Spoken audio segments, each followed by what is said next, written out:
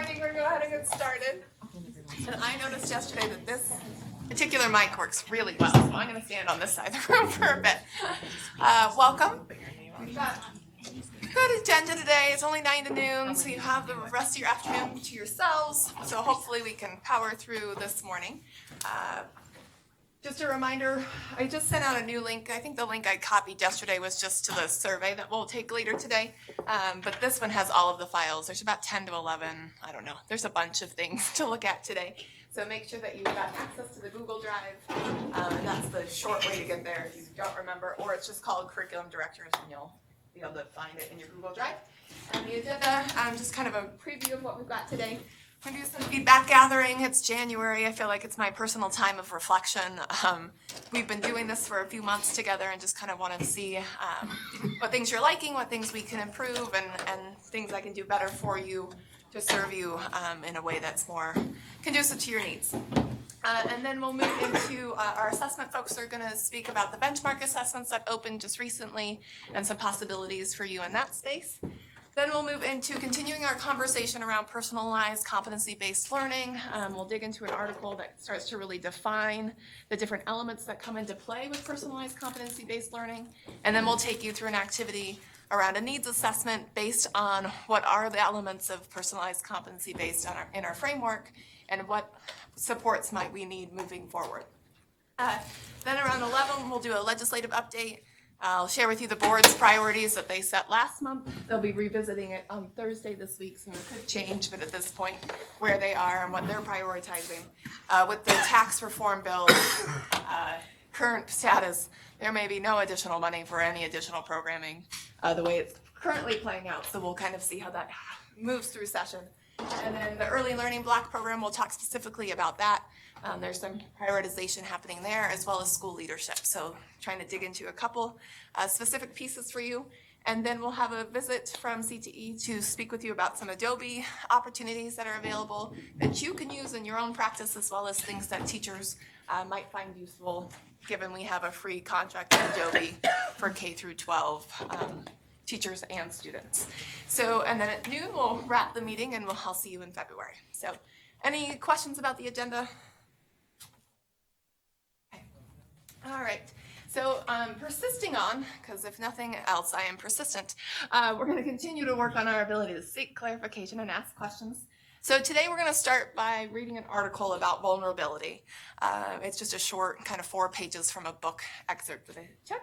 And it's kind of with this Brene Brown quote here, vulnerability is not a weakness, it's our greatest measure of courage. And so our willingness to ask questions, to seek clarification, to learn from each other, really thinking about how might us being more vulnerable in this space and beyond this space help you personally in the work you're trying to accomplish, as well as ourselves as a collective. So in your Google Drive, there's an article, I think it's the very last document that's in the drive.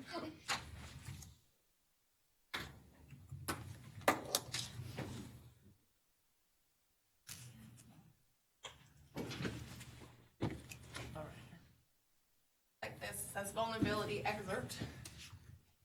You'll take a moment to read through those 4 pages, and then when your table seems like they're done reading, if you'll have a discussion, and I'll put that question back up, how might us being vulnerable help yourself as well as the group as a collective as your kind of guiding purpose for the reading.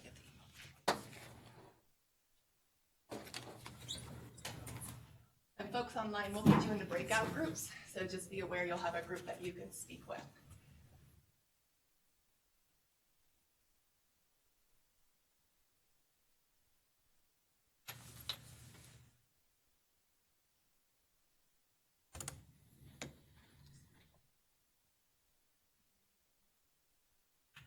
I can do the breakouts.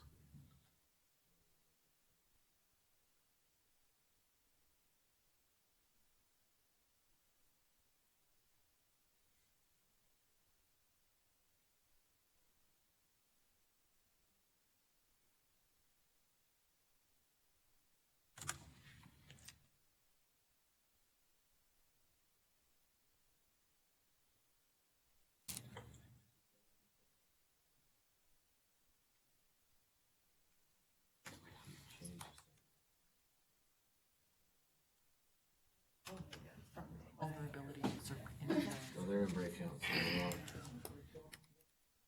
I knew when it's time to bring them back. She said the files can be accessed.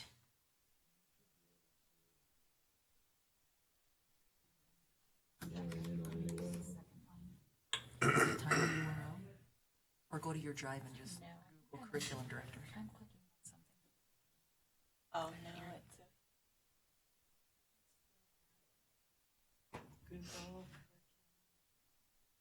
Sent an email this morning.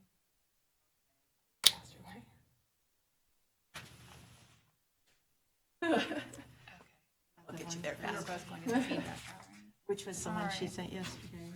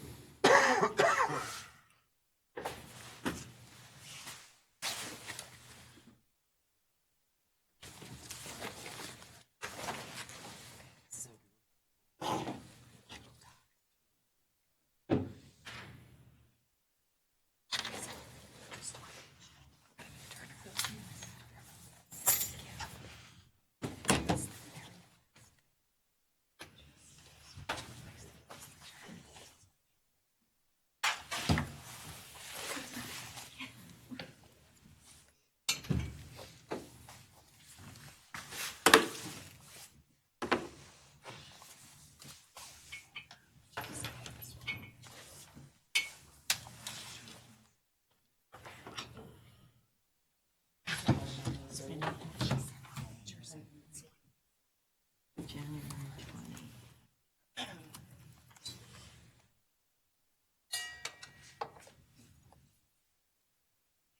I'm there.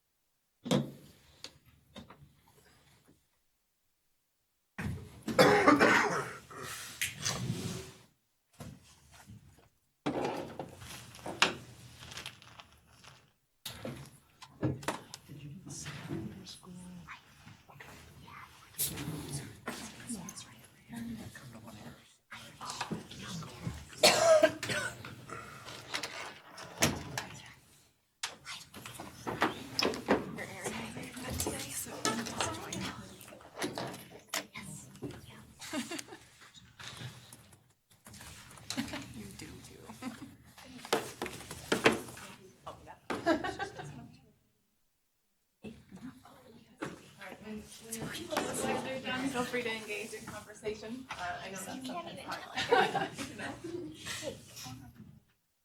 And your goal is to answer those two questions.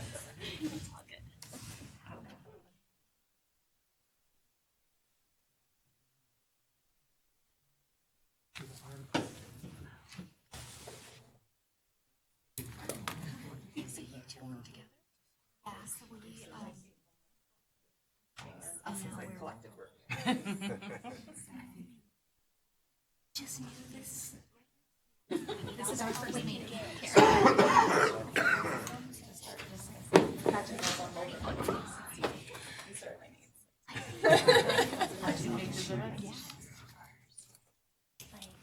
All right.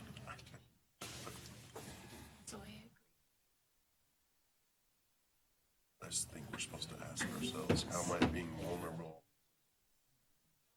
How might, Here at the state office or in the I was thinking right in the field. Okay, and this is about Carrie. So, brand new to my job, like brand new to my job, and we had this title. What did we have? Title I audit? Yes, it was a Title I audit. Yes, you See, came to so much my is said. visit. And I was freaking out. So I'm like, okay, I'm gonna go and I'm go on. Someone needs to see what happens. So, first one was like October. November 29th. I know the exact date. So anyway, so go to Box Elder, and there was something you said. It's like, so just tell me what I did. You know, tell me, I want to learn. And it was like, oh my gosh, you don't have. It was just being new to the job. It's like, okay, you know, it's okay to just not know everything. It's okay to ask for help. It just it changed the tone of the rest of my year. I would love So thank you. Just you're being vulnerable with people that are judging you, and it just changed the whole tone. So being vulnerable, it does make a big difference. Thank you. If you were to work next door. And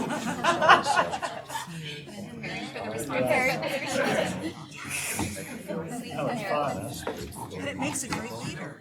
It makes a great leader.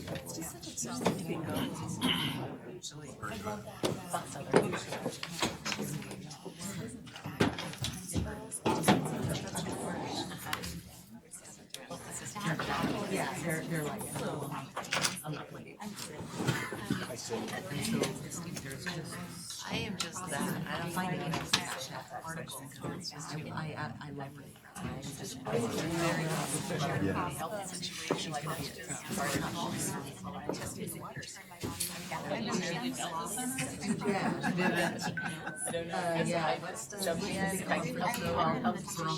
I don't understand. I'm not going to be afraid to ask questions so I can learn what I need to do.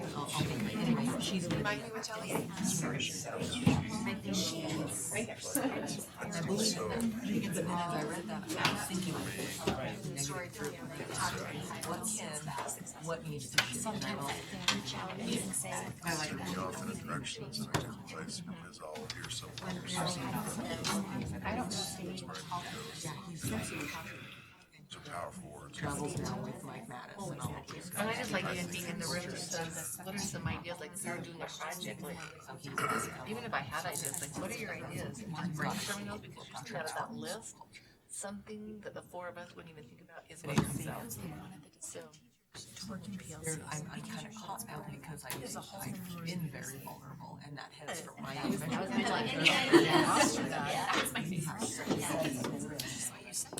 but when we get in that broader Stronger and stronger together and create great ideas in common, we all just put all our ideas out there, then we can take pictures of this, and all of a sudden you have this. that alone is vulnerable, you know, and I got to figure out how to bridge that because that's part of the district. I've got to help my secondary. Oral thing, I think. I like I know. Referring to about yourself. We're sitting, there's 14 of us in the back. I was a secondary born and raised. That's what I Yes, that's my career, that's the one that Mike Mattis. Those two, they were. I was an elementary teacher and then yes. Most people don't realize that. I'm sixth grade, but because 2 years into my curriculum director position, I was still teaching. I missed a lot of black girls or something, and I thought, that's making me right after there are some high school teachers that and I was doing there's like there are some it's like being vulnerable gave me the just because if I would bring my child what does he It's based on insurance. one of the things that we Specific topic that you want to, we're looking at Going part into of personal that sorry, is so a, looking at that one for a little bit. we survey every student, so we surveyed 11,000 type So true.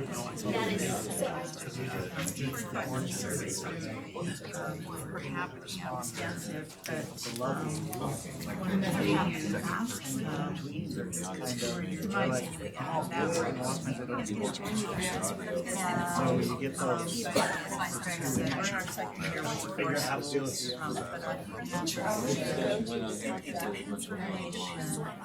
however, so the great cultures in buildings and anything, and it also asks them just to let teachers to know about that there are, and what I expected from the students there, I thought, High school's on early on, they start to do they that. are, because It's only an hour that they get, and they've got to fit everything. But there are teachers that are just good at doing kids, and so Be open to do that. process is ask They can say it out there. adults to reach out. Do you want to identify it? Or maybe middle school, they now do that. they teach 50 students children. So that helps them and they're both really awesome.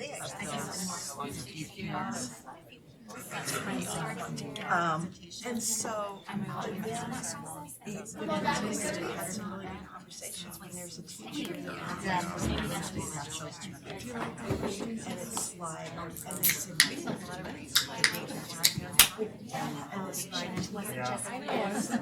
I did also like that. I mean, it was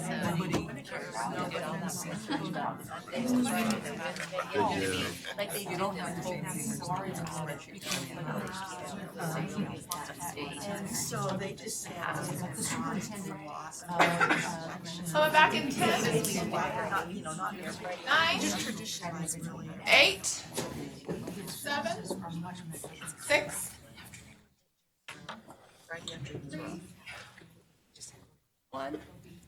All right, we're gonna do a little share out, and then we will take this and consider, and I've got the Slido and all of that for our continued back channel kind of conversations. But Mike, will you share one of the topics that came up at your table around this question?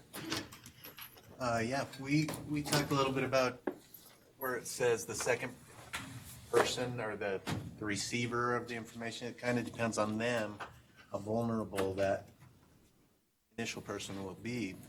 And then going into what she was just saying about that starts between two, but you take it in the context of students and in a classroom setting and collaborating or anything along those lines.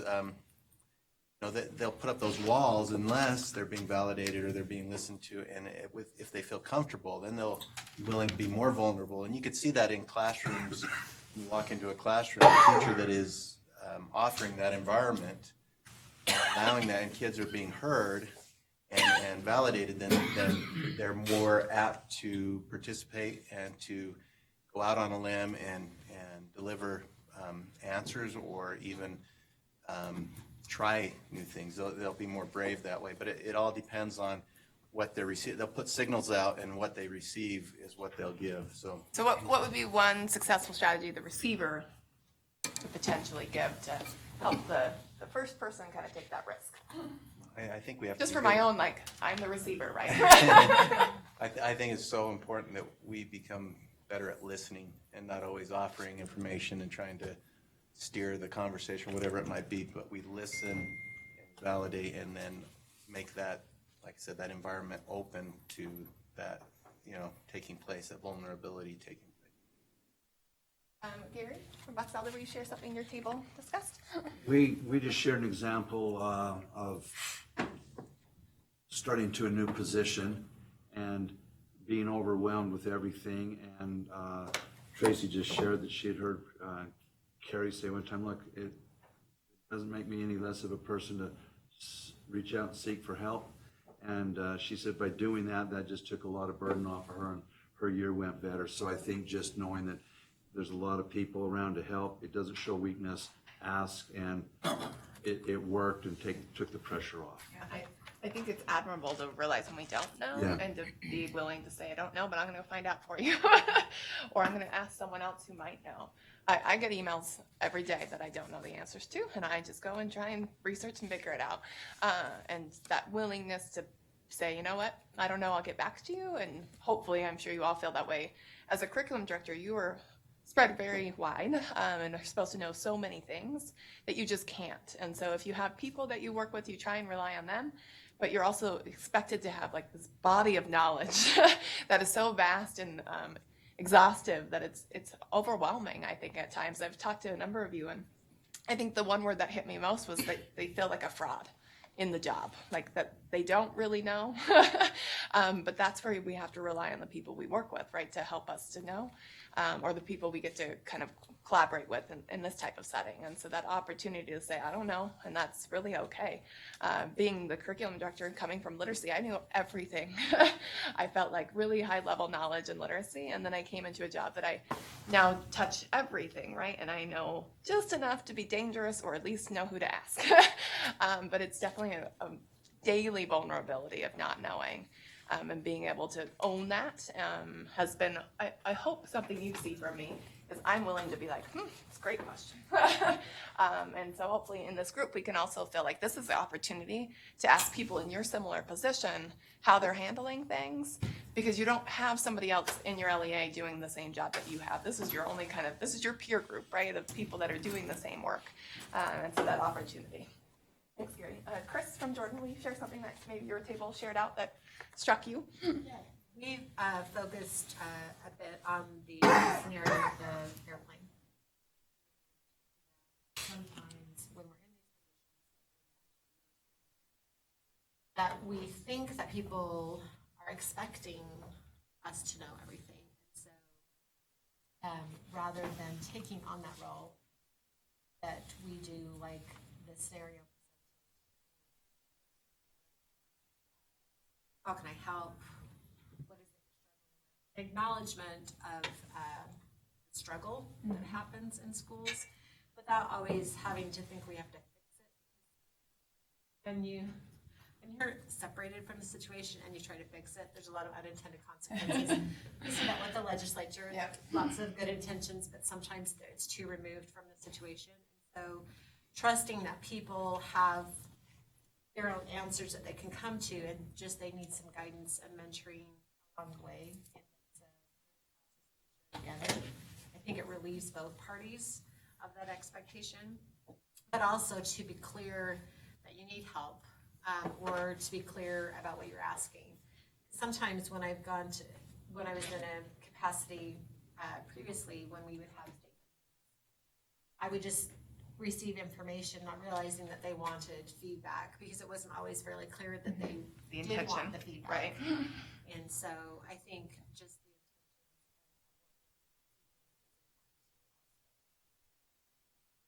Great. I had similar struggles taking on this job with my staff, as they'd come in and have problems and I would want to solve them. But it's really about putting it back on and just asking those questions, because they're more than capable of solving them. They just needed that kind of counseling moment, right? and to instill confidence, Yeah. and to explore questions and help them through that, not necessarily. Solve it. That's definitely been a struggle for me in the new job. Sherry from Granite, will you share what your table discussed? We talked about how kind of it's easier to be vulnerable with certain groups of people, maybe ones you work closely with, or in an education setting, sometimes certain groups are more easy to be vulnerable with, and others just kind of put up the barriers. So Yeah. No, you've all been in those meetings. we that don't it's like, have an answer how you fix that. Though. right? And this is not an answer seeking. It's just really thinking about the opportunities when it's at your table talk, having those opportunities. The reason I've kind of grouped you consistently over time is to help develop some of those relationships, so that you do start to feel comfortable with your group. Because you've all been in meetings where there's this synergy and you can get a lot done and it's highly effective. And then you've been in the meetings where you have different perspectives and different opinions, and they don't work together, they can't find common ground, and it's just unproductive. And so trying to create those conditions. But some of the things I'm hearing is knowing what is being sought, like is there feedback opportunity, what is the intention, listening and not always needing to provide the answer, but just the opportunity to have those listening moments. And then Joy from Vanguard, will you kind of share one thing from your group? Yeah, so we kind of talked a little bit about being vulnerable with the staff, and a little bit, we talked kind of about surveys and even sharing problems. So the idea of, how to do surveys, anonymous versus non-anonymous, yeah, because when you do the anonymous, then you're making yourself vulnerable, but the other person doesn't have to be vulnerable in sharing their feedback with you. And so talked about other ways to open up for feedback, like making sure that staff knows you're available and that you want to talk and that you're open for that. How to work through problems. Yeah, we're going to do a survey with you here in a moment about CD meeting and just kind of getting your feedback. I did a very similar survey with my staff yesterday, and reading through their responses, like it's very eye-opening of what's going well and where there's room for improvement, and that open door of like being open to feedback and communication whenever the moment arises, right? The freedom for that definitely came out of part of their feedback as well. So tying into kind of gathering more based on not only this vulnerability, but the content, the process that we go through each month in these meetings. I wanted to get a little more feedback, and it can be beyond the meetings. It can be the weekly communications. It can be anything that, in terms of our interactions as curriculum directors. So in your Google Drive, you have a Google form. It's the purple kind of outline piece to give me feedback on 3 questions. So those 3 questions, I don't know how many of you have read the book Culture Code. Trying to understand with just 3 simple questions around how to get feedback in meaningful ways. The survey is anonymous, so you can definitely be as vulgar as you need to be and provide that open, honest feedback. So there's just 3 questions. What's working for you? What's not working for you? And if you were me, how would you do it differently? Kind of impression. This way, I've only been with you for a few times, but at this point, we're kind of falling into a habit, and if there's some bad habits that are forming, we can fix those now. Always, you will get this from me a lot. I do try and seek feedback to improve for you, and so this is your opportunity to give me some candid feedback, as open and honest as you feel you can do in an anonymous setting. And I would invite you to always feel open to talking to me more directly, of course. If you know me at all, I'm very direct, so I'm very welcoming of others that are direct with me. It helps to really just get through what we need to get through in a really efficient way. So I'm just going to give you a few minutes to take a moment there. If you're, I know I've worked with some folks that when they're asked to reflect, they need more time. Their survey will be open all day, so you're welcome to complete this later if you're not in the mood or you need more time to think through what would I want her to know. You're welcome to do that at a later time. I just wanted to give the opportunity in the meeting because I know you're busy when you get back in the district office. It's sometimes difficult to find time to do these types of things. So rather than emailing it to you, I thought we'd just take a few minutes.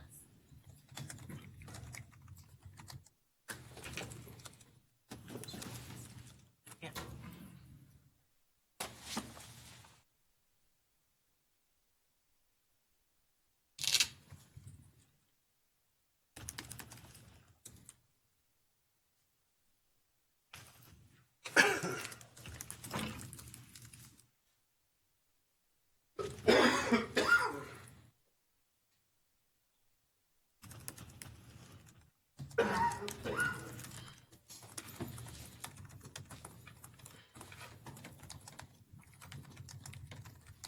About 15 responses in so far.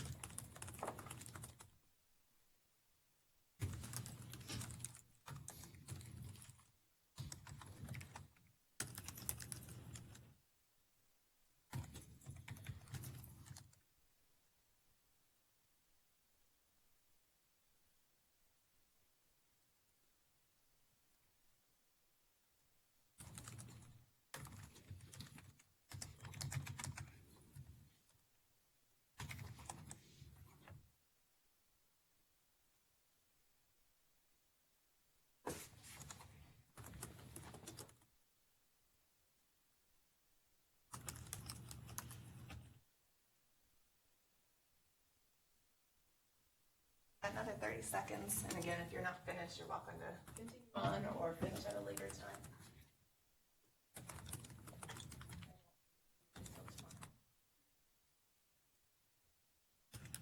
And then for our back channel, as usual, I just kept the same number, so it's just slido.com, and then if you type in the meeting code of 9180, that will be our back channel for questions today that I'll review as we go through the meeting. That is, if you don't want to interrupt the presentation in that moment, it's a great way to enter your question.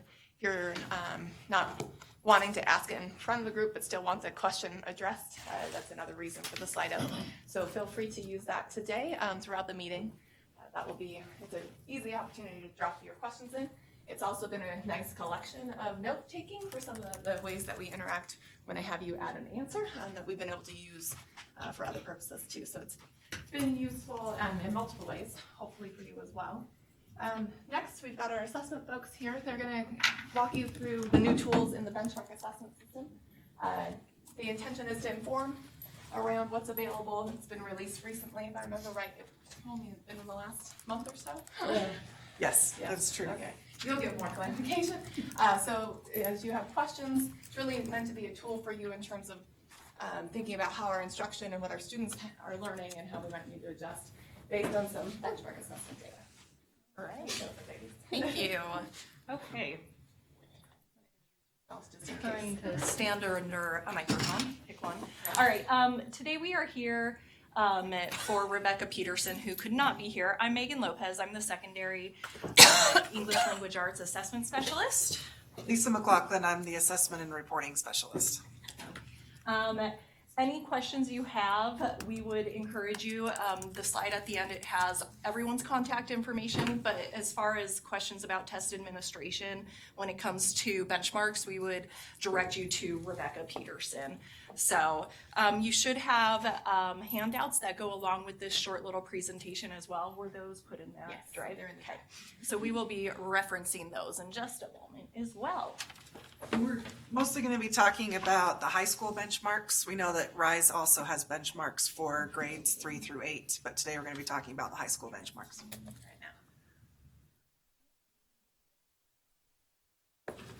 Here we go. Okay, so today we are going to be specifically talking about the Utah Aspire Plus benchmarks that are available to secondary students. We will quickly, we're not going to go through step by step, but there is a handout that'll walk you through how to administer those benchmarks and what kind of information you can be getting from the benchmarks. So what kind of data, how is that going to inform instruction, and then just some best practices and recommendations for using these benchmarks.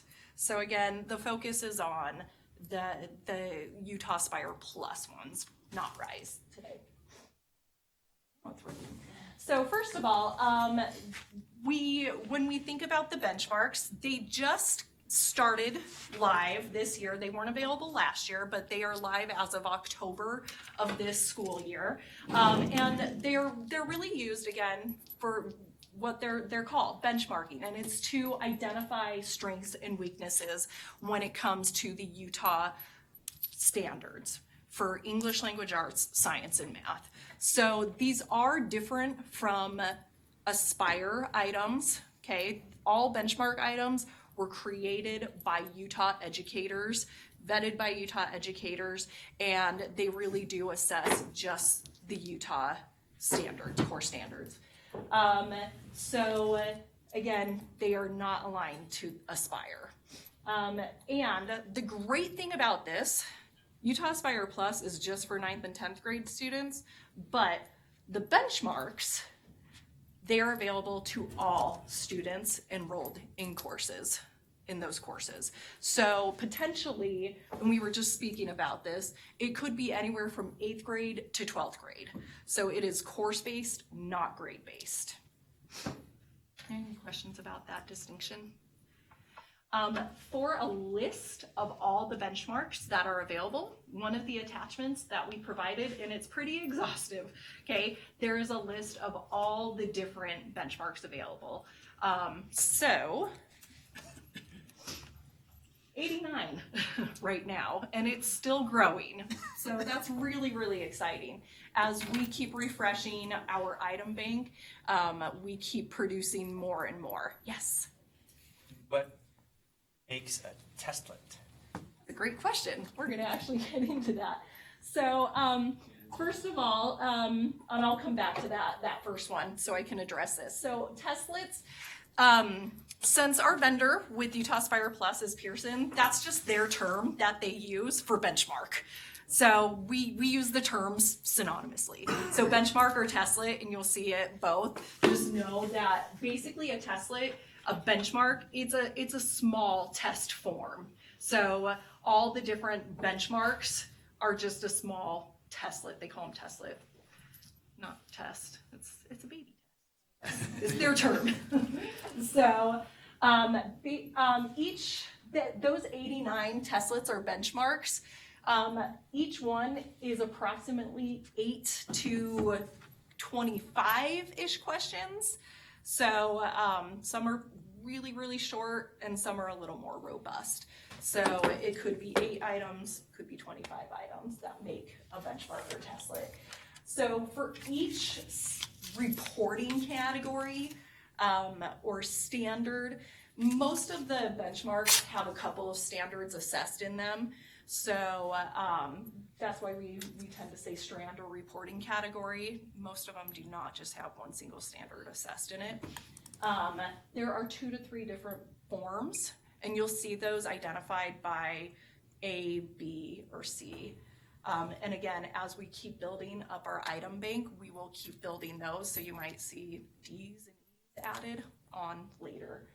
So the different forms, testlets, benchmarks that you have, there's English 9th and 10th, but again, any student enrolled in those courses, whether they're in 8th grade, 11th, 12th grade, they can all take it. They're just aligned with the courses. So there's reading 9 and 10, and then from there, it breaks down even more. So reading is broken into reading literature, reading informational text, and even listening. Listening is available. So that's really exciting. Listening is not a part of the Utah Spire Plus summative assessment. So we have had that question come up. Oh, we see that listening is now on there. Is it going to be on the summative test? Nope, it is not. It's just for your use. So listening is on there. And then we have secondary math 1, 2, and 3, and then a whole plethora of science, life science, biology, chemistry, earth science, physics. So again, they are available all year long. They opened in October, and students can take them however many times. There is no maximum amount. So I wouldn't suggest 100. That would be ridiculous. A little excessive. But they are available a lot. There's no limit. Correct me if I'm wrong, Megan, but on the forms, like Form A, Form B, Form C are assessing the same standards, is that correct? Yep. So if you're looking at doing a pre-test and a post-test, we recommend doing Form A and then Form B or, Form C instead of doing Form A multiple times. But that you can do that if you would like. To get back to that first bullet point, all the students are loaded into, we say PAN, PA Next, daily.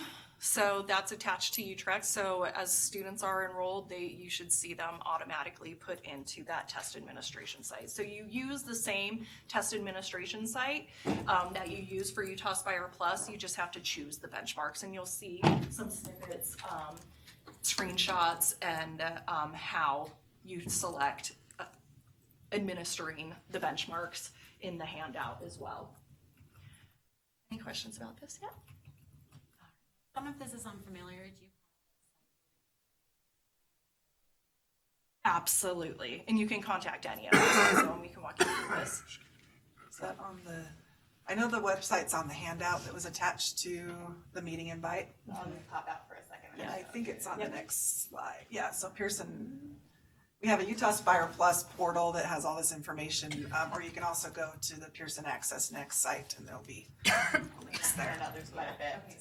Yep, exactly how you access it and everything. So, but any of us would be more than happy to sit down and walk you through this as well. I'm just new, I don't wanna waste other people's time. You're fine. Oh yeah, no. Right? It's always nice if there's resources that's needed. Okay, so in Pearson Access Next and Pan, when you go to choose what you're going to administer, you'll see this drop down, and that's where you want to make sure specifically you're choosing the Utah Core Standards benchmarks. It'll say 2019, but that's just the year it was created. So don't worry about being 2020 or 2021. Don't choose Utah Aspire Plus because that's your summative. So.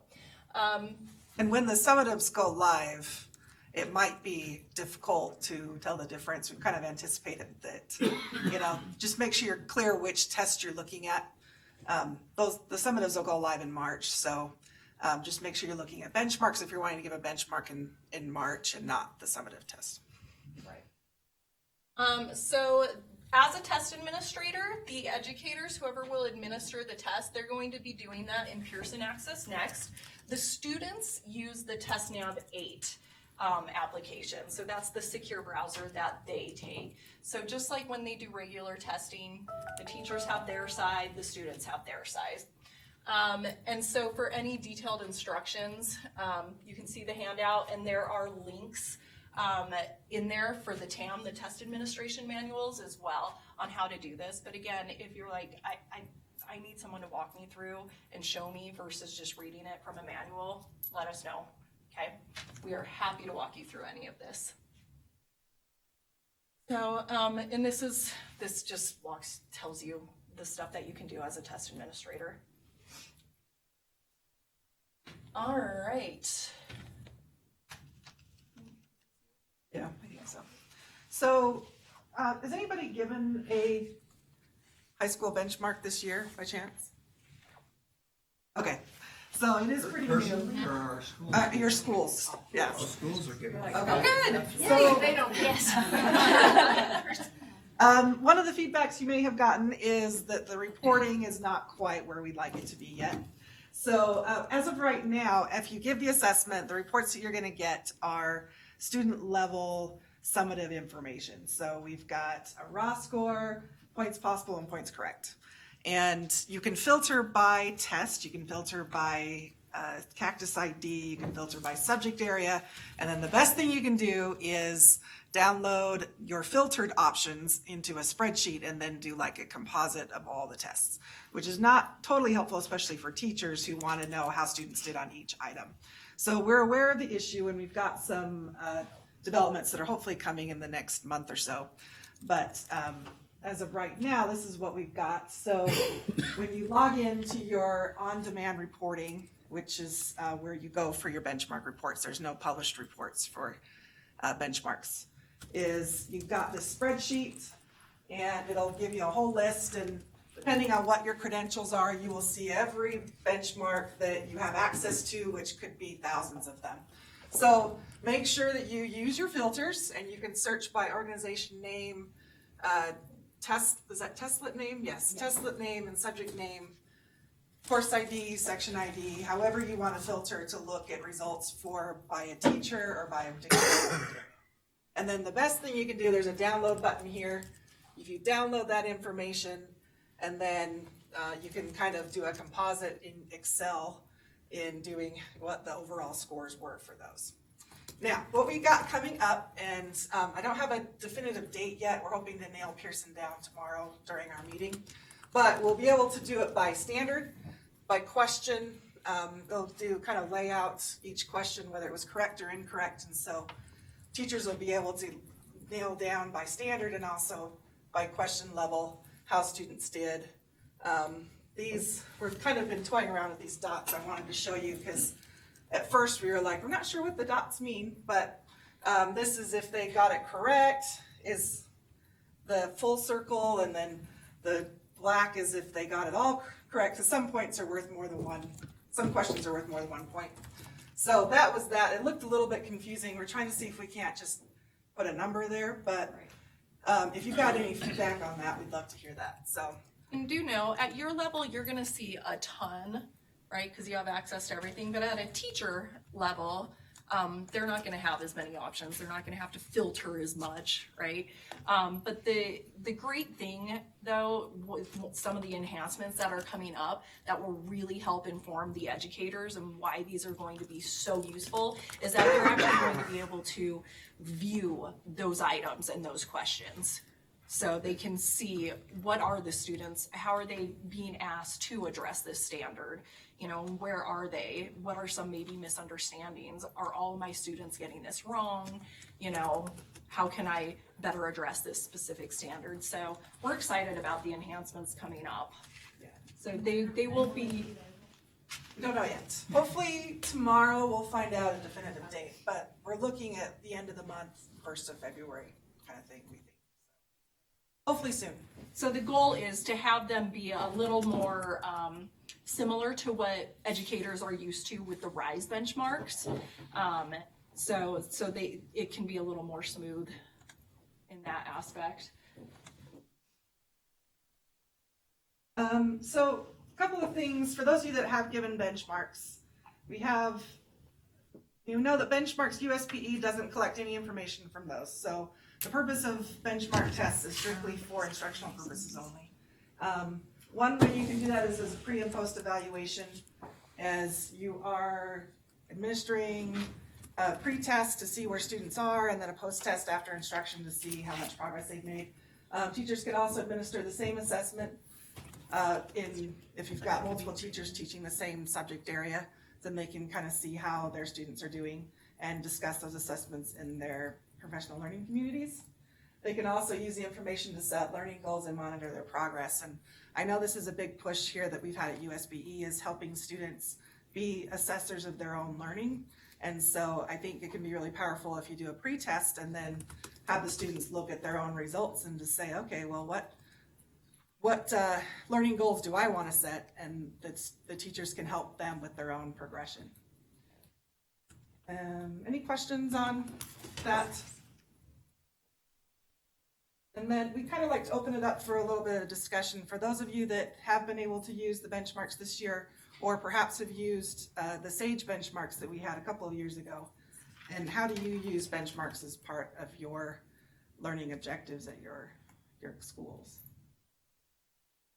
So we're going to ask you actually to turn to an elbow partner at your table. It needs to be a group of 3, that is fine. But really quickly, just based on knowing that, hey, we have this resource, we have this tool available to us, right? I know that they are aligned to our math, science, and English language arts standards. How can we use this as a tool to inform instructions and support our students and educators? Or what have we done in our LEA already to use these? So really quickly, we're going to give you just, let's just do about 90 seconds, a minute and a half, just kind of share with an elbow partner and brainstorm, and then we're going to call it.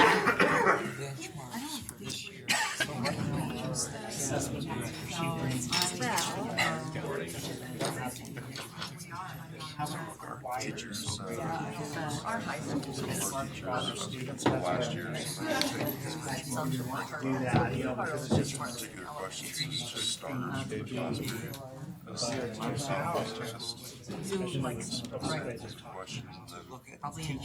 Because we don't begin our attention.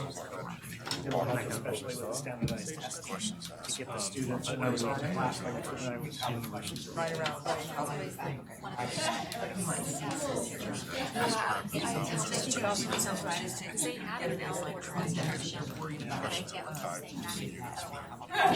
They've got a new system again, like, so that's also another consideration, but I think having those data Other benchmarks you give it. I like it, it's free.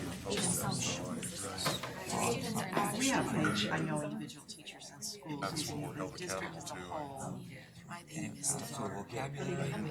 We have to benchmark every subject. So kids figured that one. But if anyone else does that, we want to hear it. Let's take it to the group. You know, They can see that. So you both right now mostly. And I think you're right on that. So versus in like one week before, we say 3 months before. Because we didn't do a lot of intervention and we just Assessment, that just just becomes So like. that's not long every few months. Because they were trying to get But it's like a Do you guys like shorter version of this. I wonder how many of us are in that same. Yeah, everybody is. So I just wonder if that is just a part of trying to say, let's get them in. And then they have on out by our systems, which like, I don't know.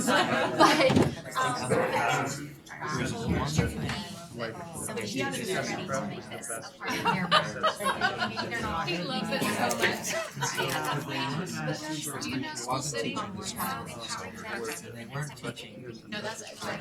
No, I mean, I wonder still struggling with power. Specialist for benchmark as a long time ago, they used to try to have short.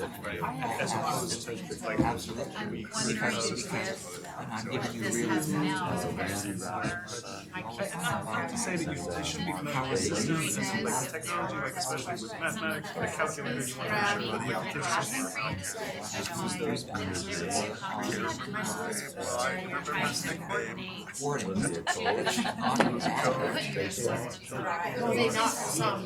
I'm excited. All right, we're gonna bring it back to the front. Thank you so much for engaging in that good conversation. I actually heard quite a few similar comments. Yeah. You look like Beavis. That's his nickname. All right, okay, back up front.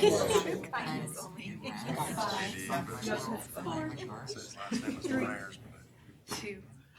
And thank you. All right, thank you so much for engaging in that great conversation. I actually, I heard some themes throughout the room. I'm gonna go over here to our charter group.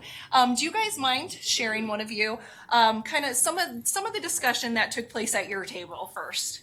Some of what we talked about was just the benchmark testing, the logistics of it, and how to get the teachers excited about actually taking the time in their classrooms to do the benchmark testings. But with some of the upgrades you're talking about, the more feedback they can get from that will help to establish that value that they'll actually want to do it. Right. So we do, unfortunately, have to combat this it's another thing to do discourse, right? So how can we message out, this is a really valuable tool? And I actually heard over here some good discussion. I was kind of, listening in on that this table group A started to have. Do you mind sharing some of your thoughts on how we can use this so it's not so a word that was used over here? It doesn't feel so punitive, and it is more informative to really truly help the educators and the students. About messaging, our teachers are using it as data to guide the conversations in PLCs. Standardized information that every kid's getting the same thing. The other thing that teachers really like about it, especially at the high school level, kids value what has and you have to be careful. If it's on my grade, I'll probably try hard. If it's not on my grade, I may not give you my full effort. And so, you can use these in a grading practice as long as it's done appropriately. Ours is a not yet model. So if I do the benchmark A and don't come back to 90, we meet about that in PLCs, there's interventions that happen, and then you take another one. So it provides the student an idea as to where they are, and parents as well. So it's not about being punitive at all. Our teachers have really liked them. The system is quite clunky. And so that's been the biggest hang up, is just, it's not intuitive at all. So one thing that we've been asked for, and I'd love to create it, but is a video on how to access the benchmarks just really quickly with a dummy account. Like a screencast. We will 100% take that back to Rebecca, who would get the final say to Rebecca and Jared. But I do not see why that wouldn't be a possibility.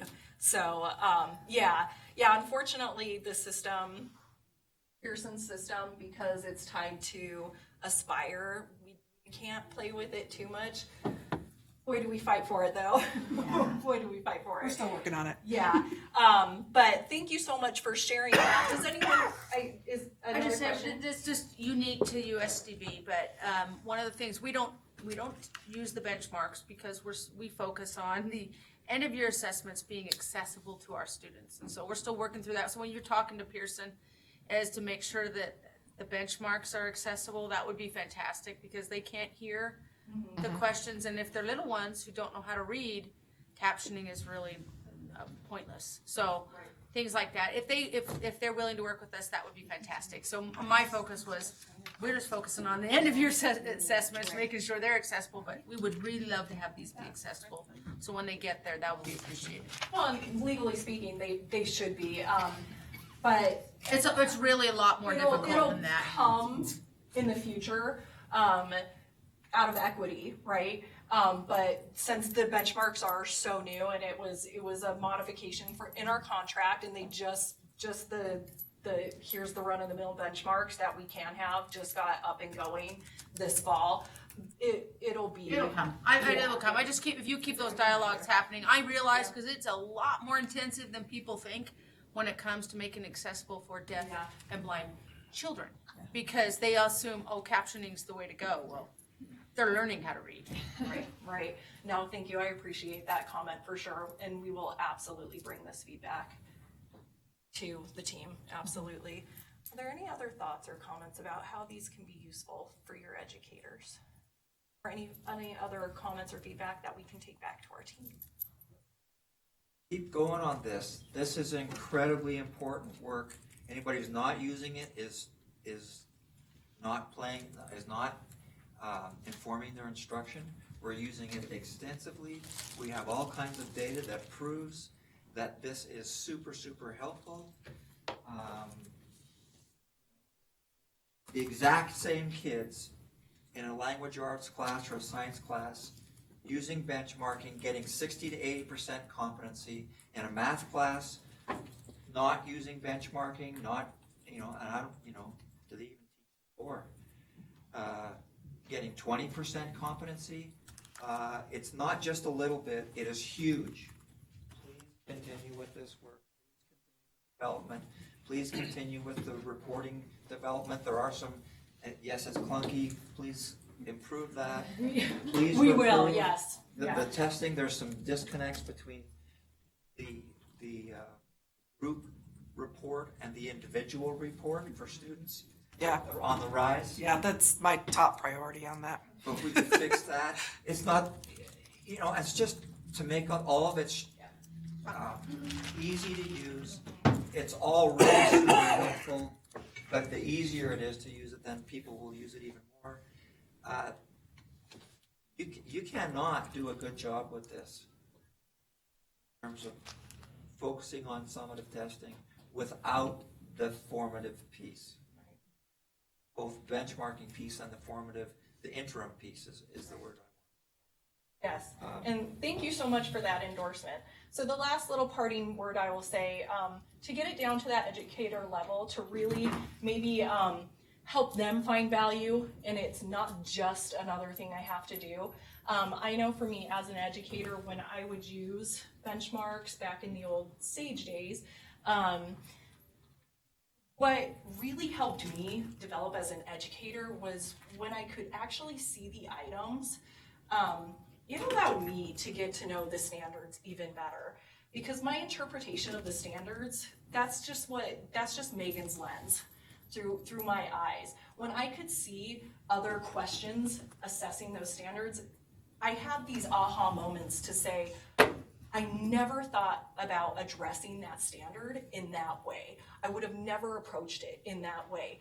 And so it allowed me to grow as an educator, to broaden my mind when it came to approaching standards and how I could teach and instruct, and also how I could expand my own assessments as well. So being able to actually see the items, those the implications were huge for me as an educator. It allowed me to step outside of just the bubble Megan lives in with her standards. Do I get to see this, do I understand if that's exactly correct? Am I using the correct vocabulary? That shows up, kids getting curveballs on tests. Am I using the correct rigor? We're having those am I teaching the correct modality so that none of those issues get in the way of, can I get out of the kid's brain what he really knows? All those other things can get in the way of that. So the more we're using that. I appreciate that. And again, contact information. We will take all this feedback. I love the video idea. For any questions specifically related to content, the content specialist, so Whitney Grant, she used to be Whitney Barlow. She just got married. And she's having a baby. She'll be available. That's a secret. Newsflash. I don't think it's a secret. It's on Facebook. So she should be available for the next few months. Then Scott, of course, for science. When it comes to administration, contact Rebecca and then Lisa for our reporting. And thank you so much for being here. And thank you for Megan the goes love. up there. Megan's too funny. Oh, I got cut off. and two parts. Thanks, ladies, for Yes, guys. Reach out anytime. Thank you all. Thank you. Now I gotta go find my phone. All right, so you're gonna see some of the elements of the benchmark, the concept that Bruce is hitting on, come out in the article we're gonna read around competency-based education. So in the Google Drive, there is an article that we're gonna give you some time to read through, and a protocol of how to process that article. So the very first file is the 321 protocol. If you wanna open that up and open it in a way that you can actually type into it as a Word document, you might need to download it. And then the other piece you'll need is this blue kind of competency works article. You'll pull that up. And so you'll use a 321 protocol as you're reading on your own just to take notes and process. But then you'll use those notes to have discussion with your table once everyone has kind of made it through. So you'll just need the article on understanding what is competency education. We want to dig a little deeper into defining it and what are the elements that comprise it. And then as you're reading, 3 things you learned as you're reading that article, 2 things that you found interesting or surprising, and then 1 thing you would like clarified by your peers or myself or anyone in the room. So that's kind of your reading protocol, setting the purpose for reading, really thinking about what are you learning as you're reading, what are you finding kind of surprising or interesting, and what's something that you would like a little more detail or clarification around. So if you just want to type those ideas into a Word document, not worry about downloading that, you're welcome to whatever works for you. And for those online, we'll put you into breakout groups and hopefully we can get the sound to do the way it's supposed to, where you can actually just hear the people in your room. But we'll give you a few minutes to kind of read the article. It is a little lengthy, but it does a really great job of providing a good, kind of getting more into the weeds around what do we mean by competency-based education. So I'll give you some quiet reading time, kind of check in with each other. One way to maybe know you're done is just like slightly putting your screen down so that people know you're waiting and you're ready. Or just kind of looking at each other like, you done yet? You're close? I'll let you guys monitor your own tables. Yes. Can you just move that a little bit so I can see the 3, 2, 1? Yes. You know what I mean?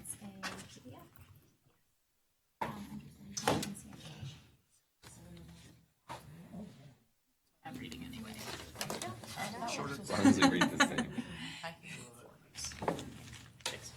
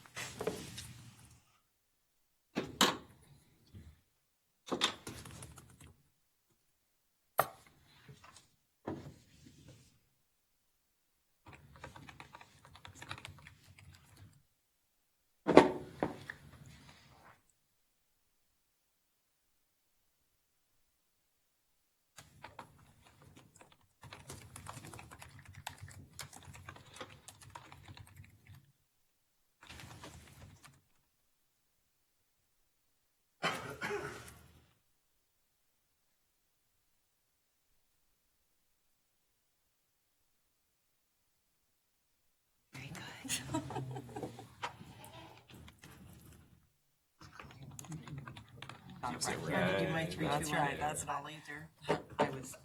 I had it right here, but then I saw other people and I thought I'm missing the mark. I'm good not to do the 3, 2, 1. Should we talk? I think we should talk.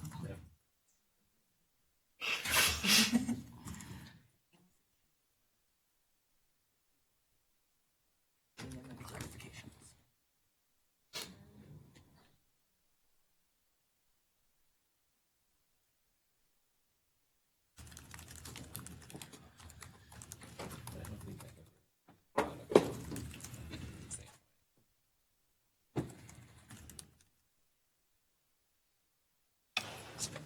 This is not me. So we're giving students choice.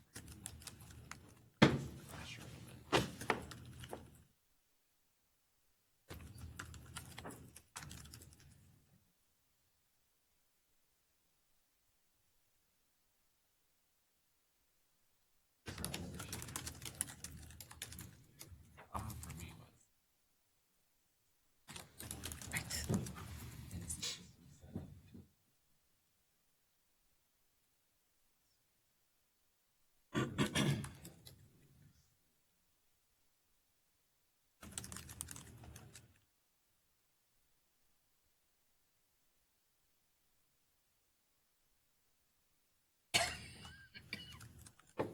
system.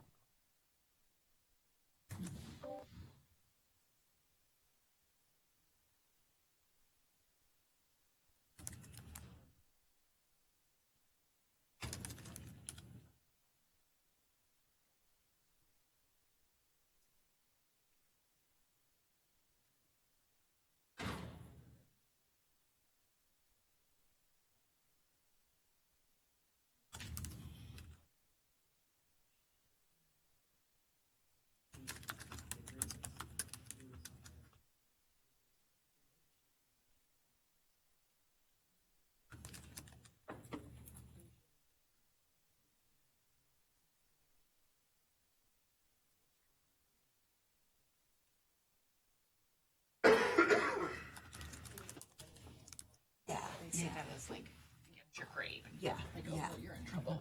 It's like, no, should be young. The whole idea of grade by the end of his term.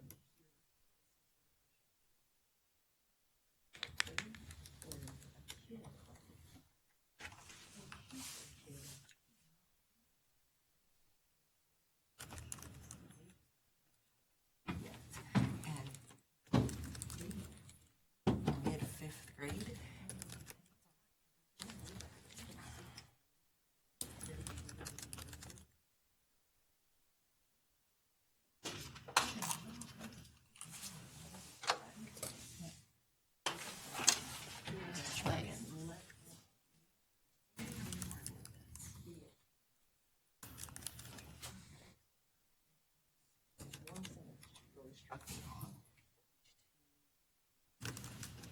Based on proficiency, not time in school.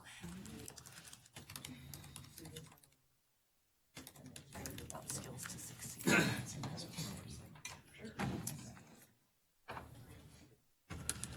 Haven't quite started discussing if you'll start to kind of move that way and think about those 3 areas on the protocol to discuss. As there's multiple names for the same thing. You know what I mean? Pull up that Like competency or proficiency. Also, and that's trying to have that conversation with them. It seems like they're off their good. It's protocol 3, 2, 1. So obviously there's a lot of and they are ready.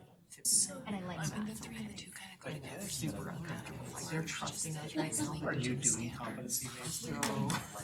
Getting there, we have. Because they They'll want have to make it sure when they're that their child Grades here and there, but like, what about my child and trying to extend that further down to the grades? So how is chemistry competency based learning? Because I think that's well, kids could really specialize themselves, and so they're really digging. about. Again, it's like, are they being green, not necessarily the learning environment.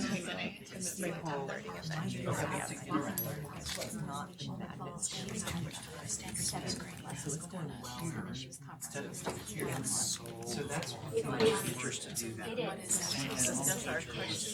Sitting at the stand. Well, but my background is gifted. Good morning. And I'm talking, but most of them will have competencies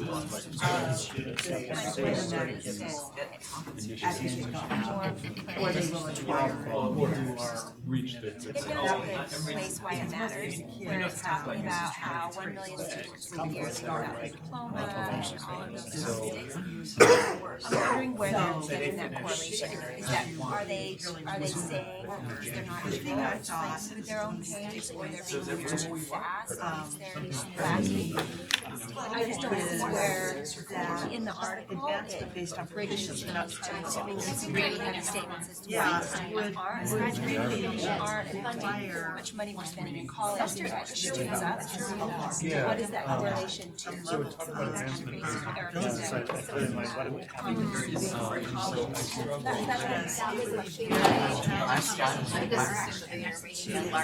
I'm right. That what we're doing currently is important. These are people who aren't under our current system. So just based on that person. Maybe we could move the gap, right? It's like, is there an idea that might help close this gap? Because currently, that's how I run Wondering if like it's based on an idea or concept. data. Can you like when I list out how many states, I mean, we have a lot of states that are in the green, which means there are a lot of states like us who are strange, right? Not just like So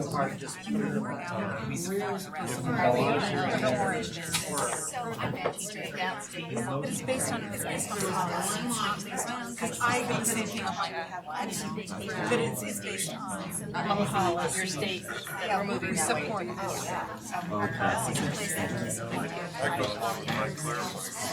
It's a lot. I have had, generally I taught marketing. That's what I wanted to say. But I still think Most time like, holy moly. I can't believe this. So it really does make a difference. I know that academics is not. I would like to see, Colorado, I'd like to see more of their data, to see what that looks like, just based on the system. I'm not saying it's going to So my question is about the social promotion that we want to do. So what does that look like? Because if so for a team of teachers, we set our proficiency rate for those standards, then I can say like, who sets that? Does the team set that? Does the school set that? Does the district set that? Does the state set that? Who sets that proficiency? My second question is, we all know there are That's sometimes where our mind so I have a facility staff, I have the required staff that I need, I'm obviously gonna take your dogs to your guys, you know, my business, what I need to get out of 12 months. And then you made a comment about Policy rate is set at 80%.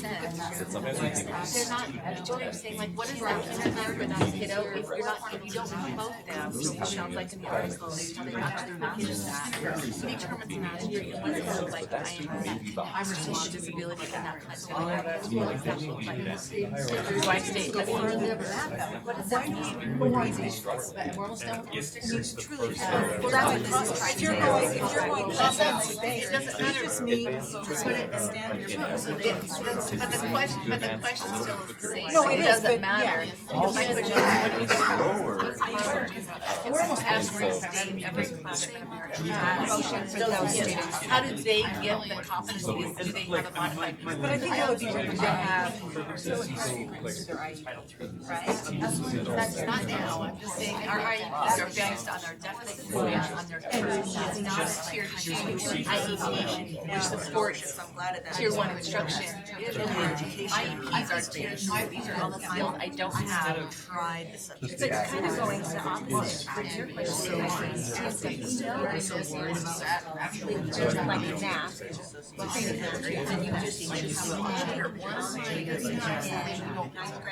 As they're rolling out master-based training, you are doing that transcript and seeing how that plays out. Those are the only times graduation The potential's there.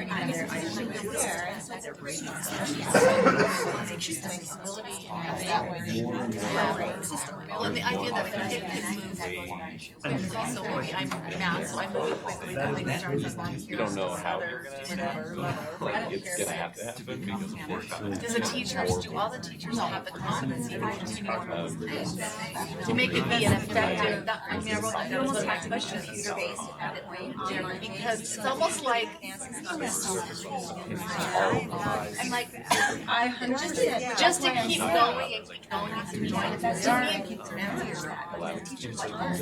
They're not, I don't think there are, and I don't know whatever there's no way you can just keep passing off if you're really doing the demo. Be able to retain. Let's say I can do two doing them, like I'm definitely a one or two, like for the student, I get those. But then to me, when you take that content and go to a 3 and 4, go deeper into that content, not just keep passing it off. And so that a teacher has the competency base to make that be that education. I couldn't just be there and take them through that just because they're passing off my work. I'll just kind of blow my mind. My question is, Because I was like, how do we ensure you're better at it, so it's Not about because know it, but do they know it? And I get, there's some advantages. I've never thought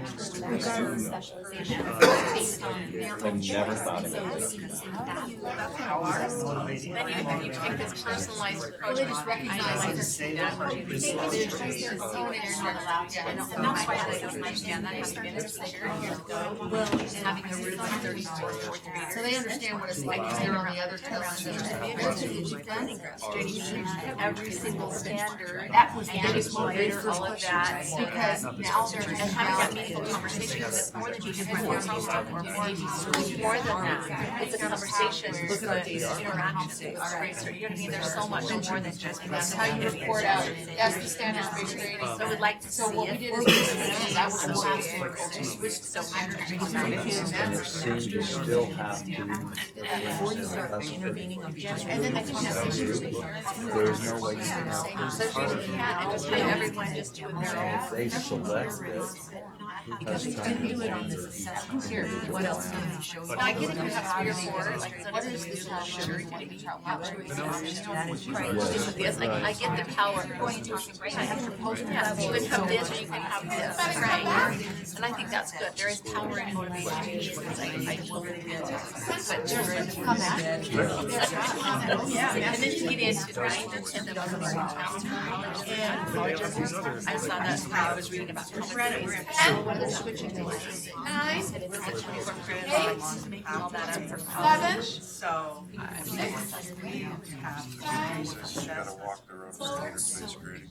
Exactly. with all right down. 2, But our biggest thing is 1. You will get more time to dialogue then you know more. I'm like on the. after our break. So we're gonna take a 10-minute break, give you a little time to get up, move about, interact with some friends, not at your table. Restrooms are just down the hall, to the left of the elevator.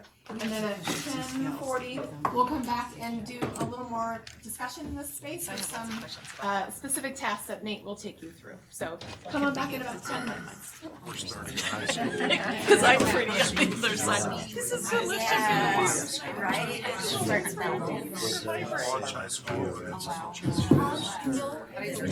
Launch High School. Can I lose your number? Sorry. Oh, you know, I'm titanium one though. You are. It's great. And you just keep on You just keep on chicken. picking, I know. You know? So is this more work or? Yeah. Well, it was already fused in one level and they just did the model. Side to side, I was sort of, but I'll never up and down. Well, I have a little bit, but specifically not that. That's okay. Right? Right, there you go. You know, I figured this was just a nice fashion statement.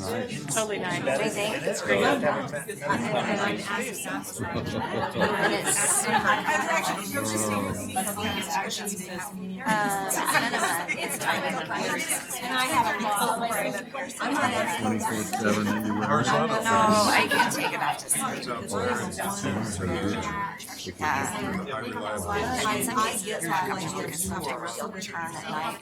Oh yeah, that's not cool.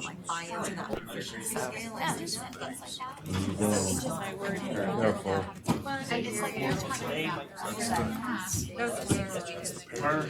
The staff is based. My students have that. I've never gone. They've gone about 2 years in a row.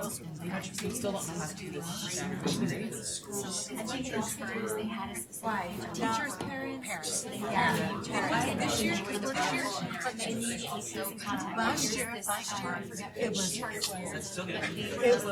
can't even. There's a lot.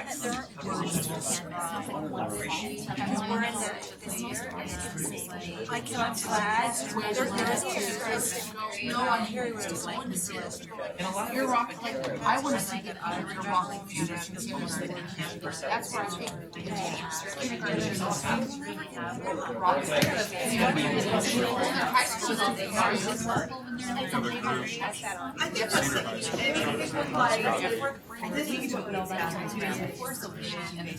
It airs absolutely huge, and there's no skirting around that.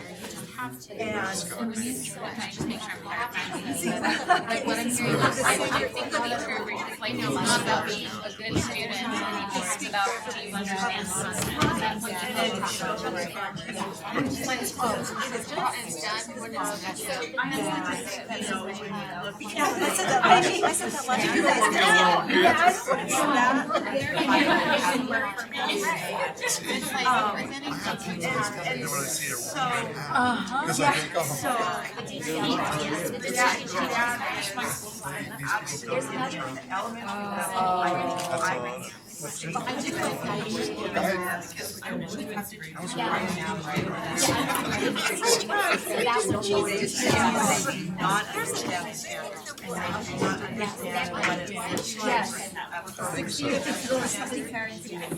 Right? Oh my gosh. It makes me feel better than this. We want to do that's good. I'm so assessment. We're like, yes, it was because we're in that state, and we want to both say, here's another page, what you teach, and how you teach it, because your assessment, and we have to tie it to what you're teaching. And you're the only one that knows how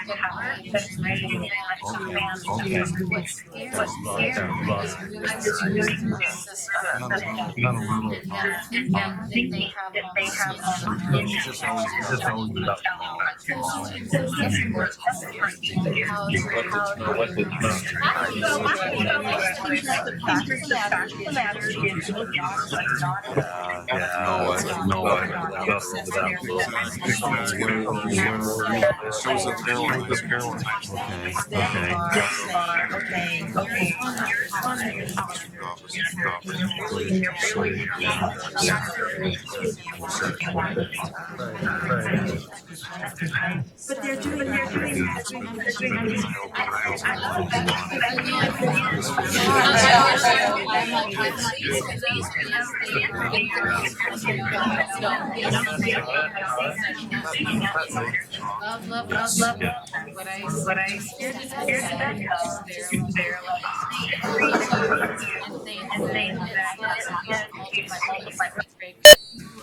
Roy Matthews, two-digit numbers. Oh, nice one. I haven't That's forgotten what they that. do is they're like. Disregarding. Not understanding that the standard is talking about, do you understand the properties of operations and how you're going to use those properties of operations? And that also as a result, you can develop them.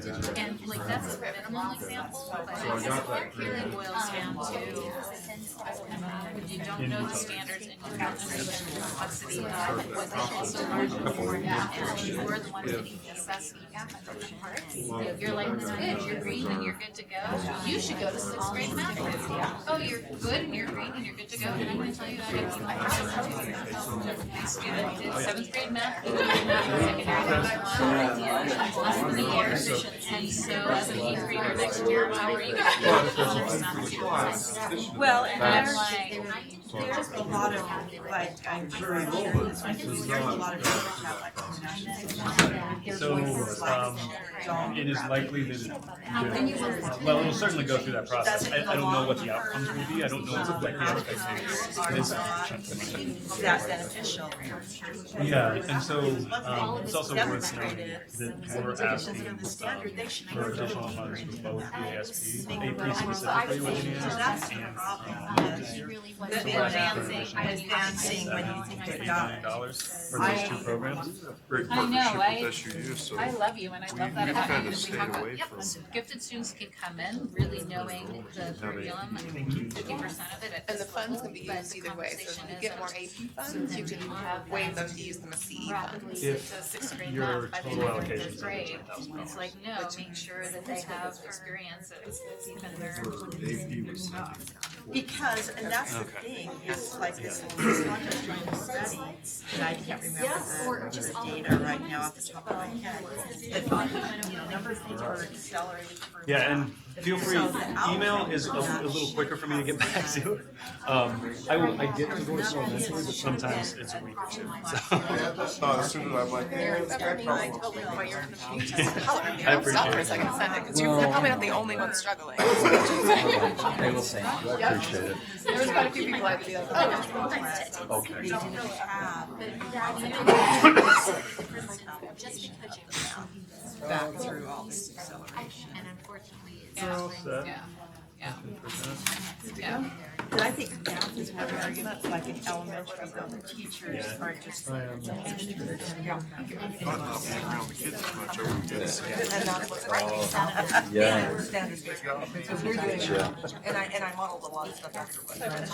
Which school gave us and stuff. All right, we're going to go ahead and come back together. I know some are still on potty break, but.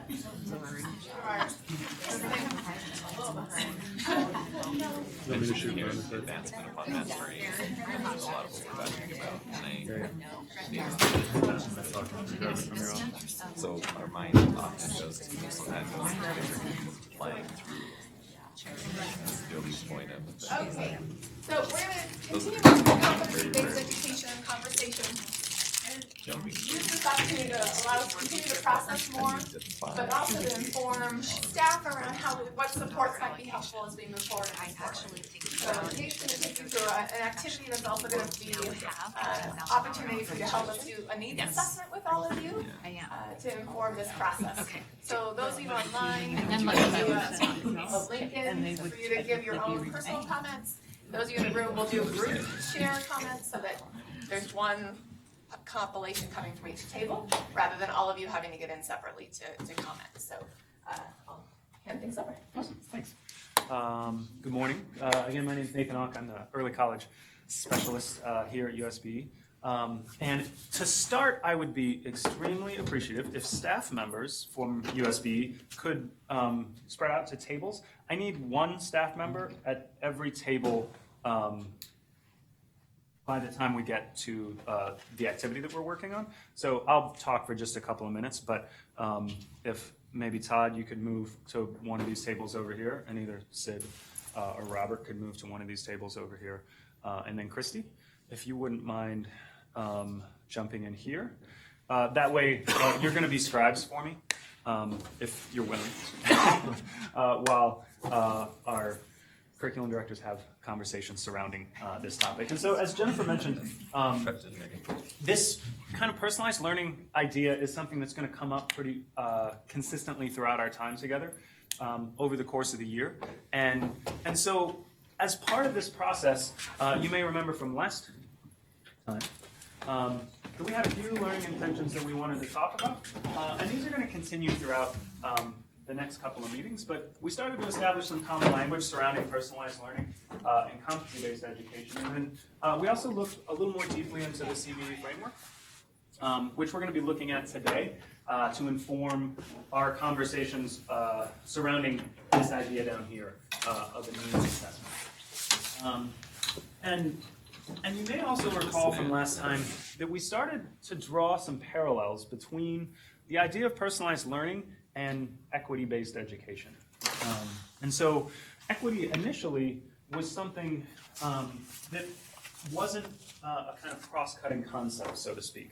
It was something that the educational community talked about, but it didn't inundate every aspect of education like it does in 2019. And I think personalized learning has a lot of parallels to equity, as we talked about last time. And so as we have these conversations within this space, be considering the aspects of personalized learning that touch every kind of sphere of your educational kind of community. This doesn't exist as a standalone. This isn't a kind of revolution, so to speak, within education, in my opinion. It's actually an evolution of the systems and the best practices that work within your community. The idea of personalized learning is, by definition, specific to meeting the needs of your students, not the kind of normal or like gen ed student or some student that doesn't really exist. And so the systems that you develop are going to look different depending on what your community looks like. Just like within this equitable space, when we think about equity, we think about meeting each the needs of each student that we have. So I just wanted to preface what I'm going to ask you to do today with this idea that initially personalized learning looks like this kind of little thing that exists next to your community, but I'm going to argue that it's actually a cross-cutting concept across all of the kind of spaces within your community. So we're going to jump into this guy. And so for this first one, I'm going to ask everyone to sign on to Mentimeter. This is including staff. And you may recall... Thank you. Pause for a second. The online people don't have audio. Oh, they don't have audio. Okay. I will say this again once I get everyone logged in. All right. So, Menti.com is where everyone's going to need to go. And when you get to Menti.com, it's going to ask for a code. Our code today is 203103. 6 numbers.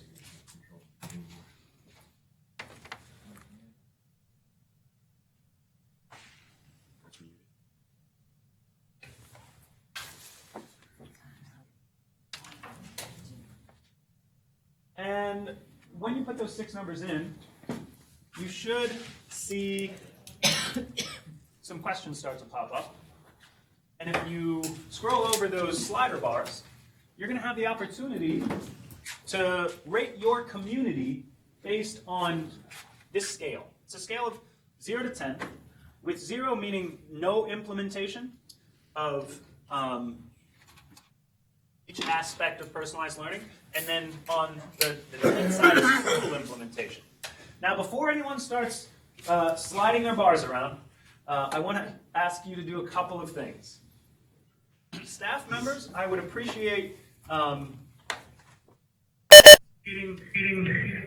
within not skip it. So you're going to participate. But then you're going to be responsible for the next question. All curriculum directors and LEA members that are here. Once you're done with this part, your job in Mentimeter is over. Nathan, can you Sorry, Oh, right. Please put that.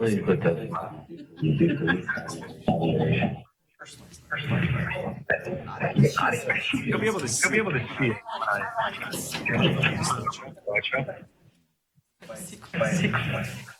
So while we wait for everyone can start reading themselves on these four aspects. So remember, four aspects that you see in Mentimeter, they're each of the four aspects of this education from learner focus, learner.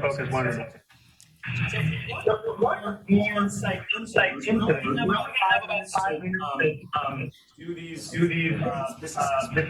But there is this homework in the first half of this hour. But what we're doing here is establishing an assessment for our state in regards to where we're at in the CD. So take just a couple minutes to read through each of those framework categories and assess your community from implementation to full implementation. I want to do that. Let me put yours. I need to put them in that one of these rooms. Some people need the mic. So, the only one we really anyone have the weather? Can't read it. Echoing. Take that as an action.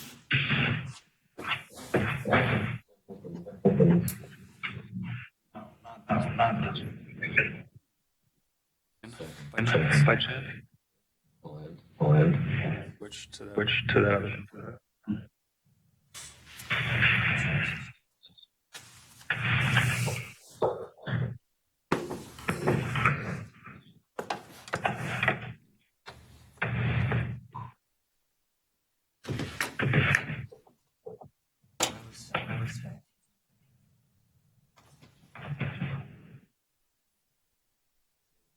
Volumes.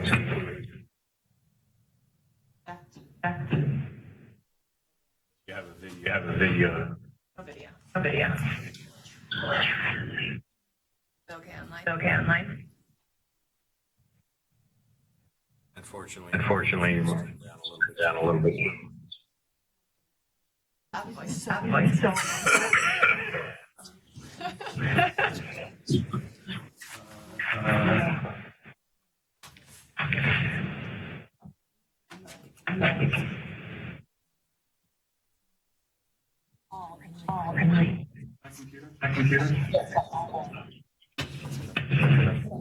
Is this the mic?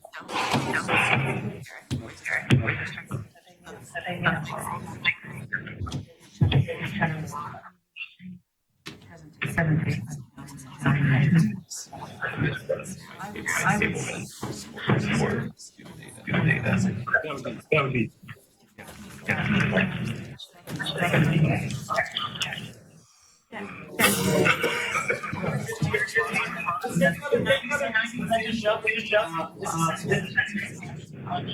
Of your this is not the same like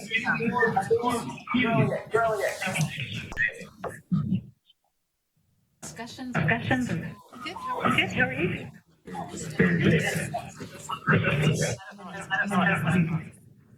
Not kidding.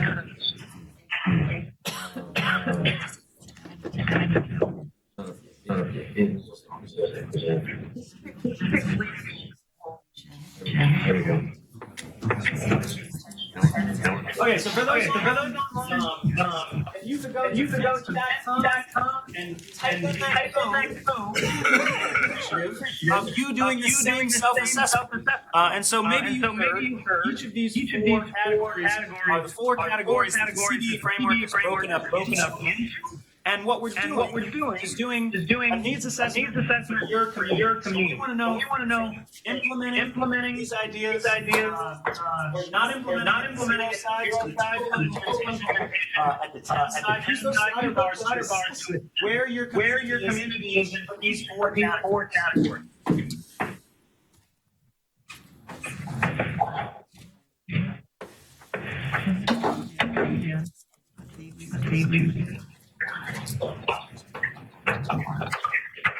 So the first part part of the systems that we wanted to do. Where we're at is just we think kind of a subjective measurement. So we try to calibrate our rubric when you were hovering over rubric indicators, how you could determine where from zero community.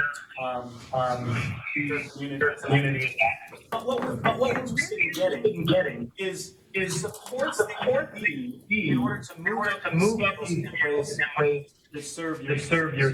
And so for the next 20 minutes, what we're going to be taking these categories in order to understand what supports you need as an LEA.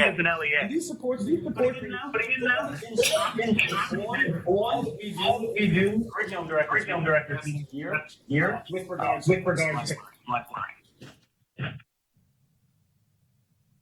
Okay. So it's a staff member, and the staff member is now going to over mention. Everyone else not have to Mentimeter to pick where. Staff member is going to be second. Want to? And I to the next question. Input. You're free to type your answers here. However. What I want to do is have a conversation with your tables about each. And so the grad has to be typing in everything. So what this conversation is more of a mile wide than getting into a single. You want to collect as much understand the needs of LEAs. So again, we're going to go those four the framework. And the first one is the learner focus. So have a conversation 4 minutes about what's your LEA for LEA presentation of the learner focus within your LEA. What supports you in order to achieve this learner focus? Within that learner focus, then you're gonna have to have the framework. Framework is very high. Online, you are all an answer. I have to be really recognize typing.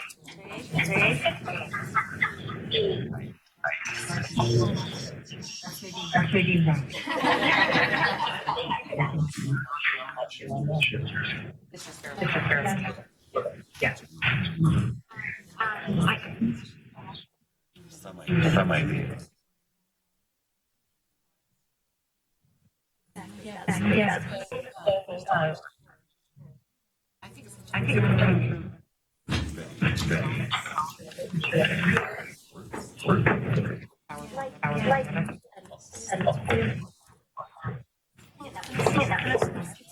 I'm excited.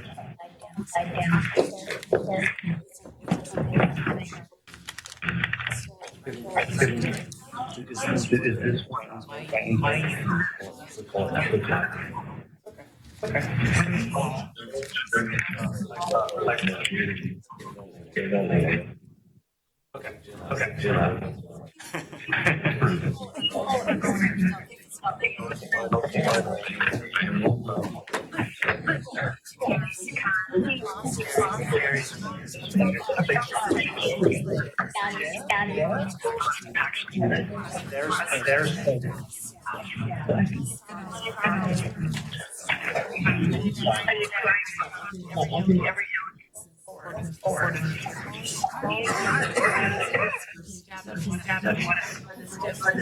all along the way.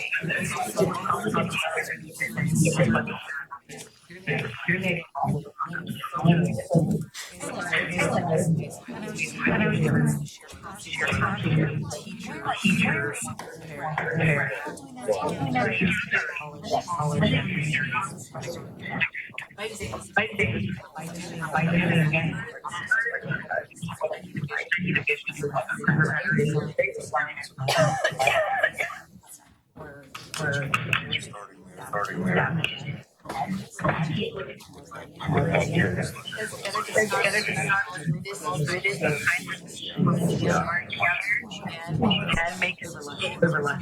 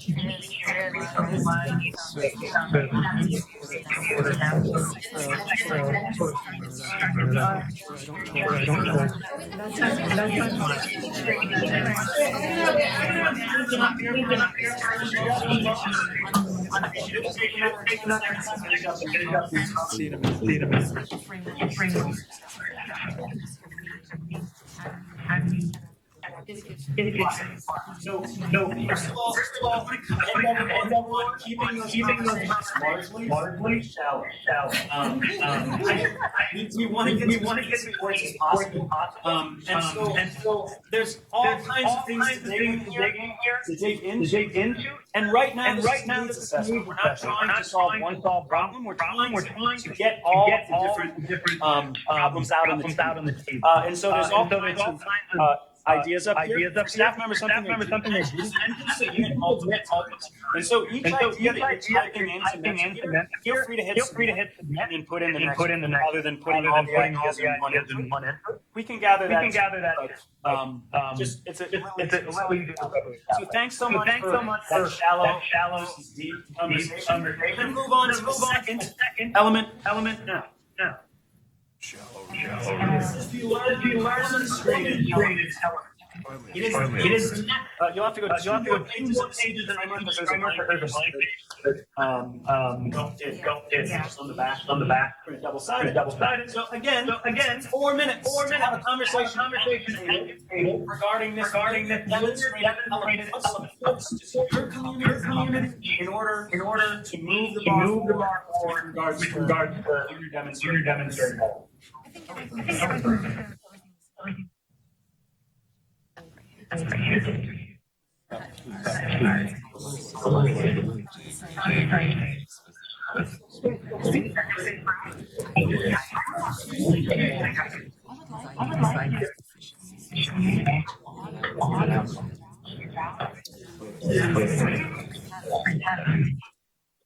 The question that would have anything to do the teacher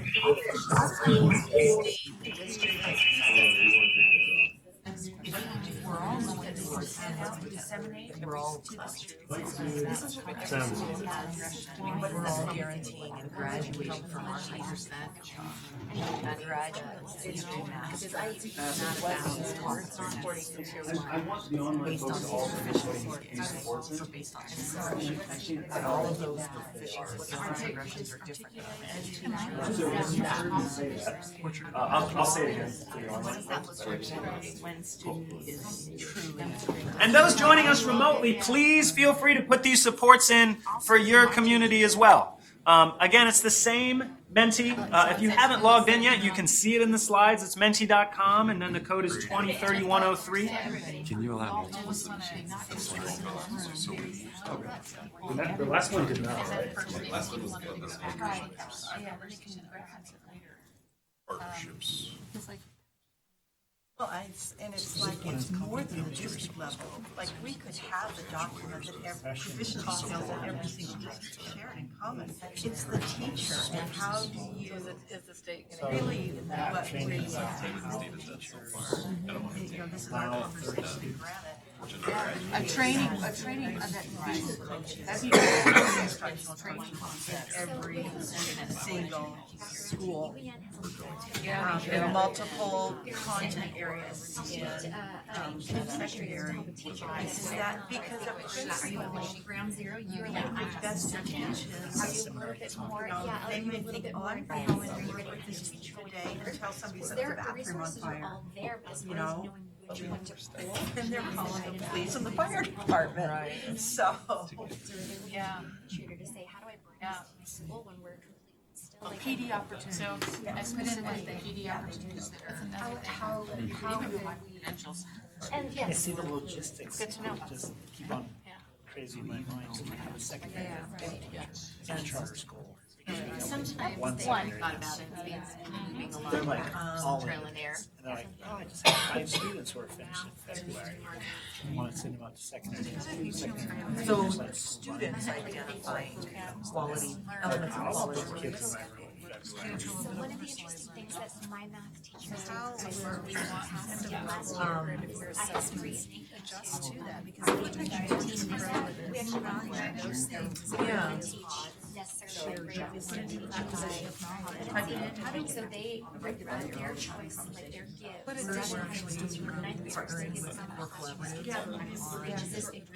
Exactly. And I don't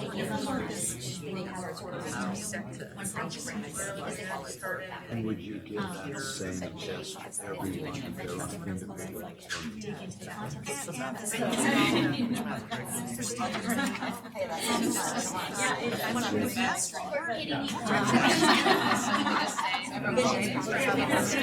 Last stop, we're going to move on to the next element in 10 seconds. It just does seem to be fluid. Five on the talks about they have for English language learners. I agree. I totally agree with that. What does that look like to be equity and access? And so they're not doing any honors at all, which. Staff members, I'll give you just a moment to finish up typing that last entry before you hit enter. Why does my thing still say?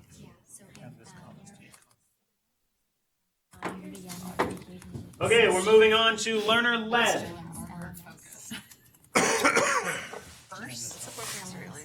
The question is the same. What supports are necessary for LEA-wide implementation in your community of the learner-led element of the CDE framework? What do you need in order to make this happen? I'm probably the only USB person that did this, but you have to click on next question ourselves. Okay, fantastic. Yep. Yeah, I'm the only one. Control freak. Go to slide. Chrissy also clicked on next question. She figured it out. No. I'm saying I'm the only one that didn't know, and all of my questions to the first two are all on number one. I had to hit whatever means they could. Yeah. At the end of the day, it was like, these are the things, these are the 5 basic things. They're like, they I am I've never actually, the reason I was asking, make sure they still here. I've always just like, or the, You guys sorry, go the to audience. at the very top. question, so I was also wondering how it works. We're all learning together. So how do we change that? So the first time, can look different, is that what you're saying? So it could be a demonstration, a presentation, it could be a myriad of things. Here you go. I do think it does work to start this. There were some people who would just like accept designer focused on It's one of our strongest. The colors are different. The model. I think it's training other schools that are already established. So the I was telling them Partnering with businesses so the kids get It's, we said the same thing. That's That's where it was. Together, we're doing standards. Now, we added things specific items. Our badge book has things to we contracted with this to identify as not we designed our badges, stickers, what they are, stickers, still on stickers. I think one of her books is a puzzle, anyway, which means you complete the puzzle, you complete the course. So the stickers go on that way, but, and then the other team did stickers, anyway. in We'll be happy providing. to share that. We have no Being real. It's some cards on it. To I mean, it's the thing, this week, we've got most of the stickers done, and I went out and then how it looks gonna look, and if obviously. So when we talk about Thinking of other people get on. that's very good. Kid comes in, checks But we would love to share, but yeah, it's micro credentialing, but they're get to put it on to the whatever. the kid knows exactly what to Really, do. there has to be some Utah schools with a definite black. Effective feedback. Share it with and efficient feedback, To allow students. Again, for those online, please feel free to keep inserting the supports you need for each of these elements on the CBE framework. You can access the CBE framework from the curriculum director's Google Drive. It's all like it's almost impossible. So somehow to We actually have for kindergarten and slowly reduce. Trust learners to take ownership. It becomes manageable for a teacher to manage those. And provide You multiple think options. that is more directed toward class because I think it's required. I'm making a generalization. Okay, finish up that last comment for this element. We're going to move to the last element in about 15 seconds. But this all comes down to. I mean, I agree with you. Those are just sometimes the best We ones have to to. implement DLC. Yeah, one was about student engagement, the other one was about. Okay, the final element is learner connected. Our final conversation connected to CBE today is on the learner connected element. And again, thank you so much for keeping these discussions shallow. It's not a request that I make very often. It'll probably be the last time that I do it.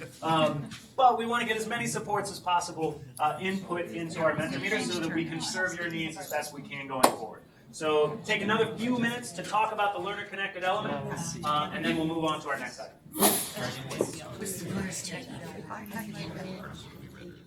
Came to us. Exercise. You mean to engage in saying. You were made to. I think they're fine. Technology that's too. I think it's a matter of them bringing they're very mindful of their working space. To just to like advice. Just want to work on it.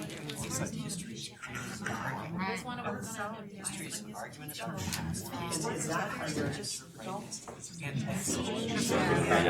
There's other aspects of that too, though. I think it's I think it's fantastic. and then you I just had it. I didn't know it was one days. I would just sit there and think, what does that look like? That's a culture thing too. Good, because I was sort of stuck on that. That comes back to the whole giving up that control as the teacher director to form those groups and to be able to give them options or choices within that. What are examples? Their idea is like, hey, this is this is what. So finish up those last thoughts. I know that the conversations are not finished. You know, But I will leave this Menti open all day long, so if you have any other thoughts that you weren't able to express or your USB staff member wasn't able to scribe into, feel free to jump in and include them. Okay. So this is a really cognitively rigorous process, right? To be able to internalize what the framework says, and then come up with how that applies to your community, and then to consider what's necessary in order for you to be able to move forward. Like, this is a challenging process. But listening to the conversations that come from that kind of focus question is both really exciting and really interesting in how we can move forward as a state within this space. So I look forward to Visit our website at www.webex.com. on our CD agenda for today. Jennifer, are you next? Sorry, it was the whole thing. Yeah. It was great. And thanks to all the USB staff members for being scribes. I didn't tell you beforehand, and you were willing to do so at the drop of a hat. Cheers. Nice job. Nice job. You demonstrated competency. We can accelerate you now to advanced. yellow. Advanced. No. Okay. Because at the time there wasn't any lines to say. Yeah. You're a little busy. I First one was probably going to be this year. So when I finally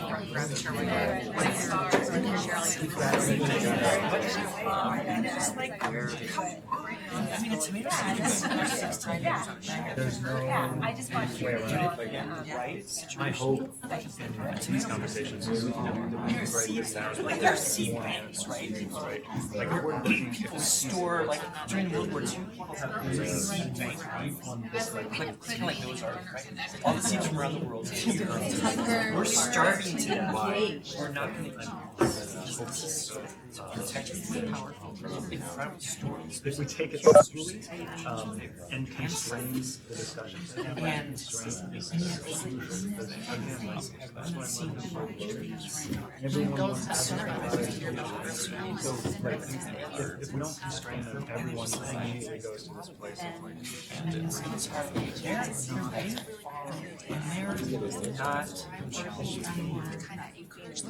And there's no social studies.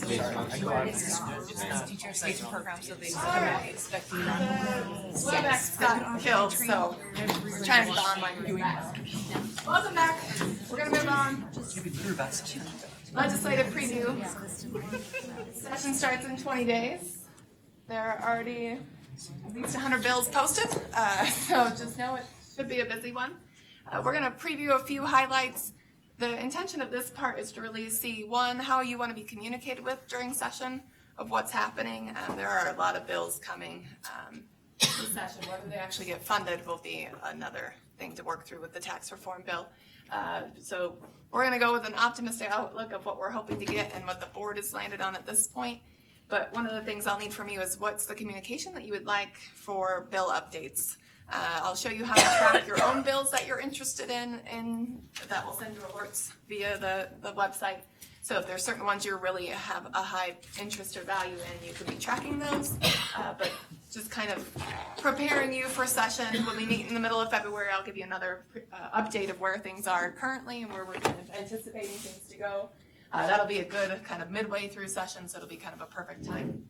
But I want to just kind of start out with a preview of what's kind of how the board has prioritized some of the asks that we have at the agency. We've been waiting on the governor's budget. The governor didn't release his budget when he normally would because of tax reform. So our board has kind of had to move ahead without the governor's budget to kind of try and use to guide our work. Usually we release ours and then the governor releases his. But this year we were trying to go governor and then ours. But he has not released a budget, I don't believe yet. It's coming.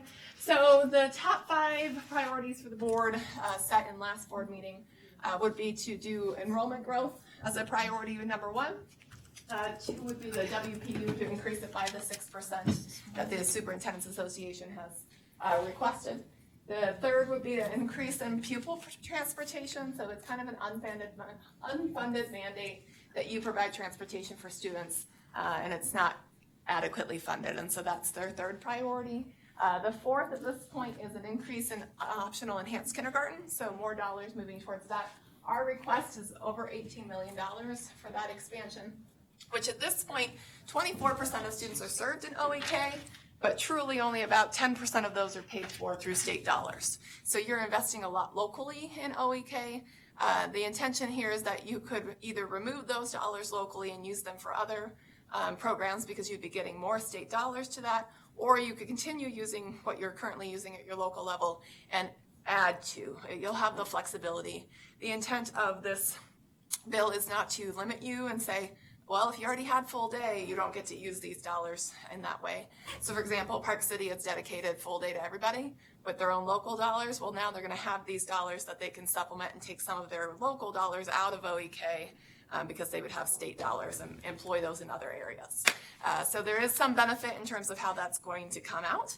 The bill is released. I just dropped it in the Google Drive for you. It came out a little bit ago. It's House Bill 99.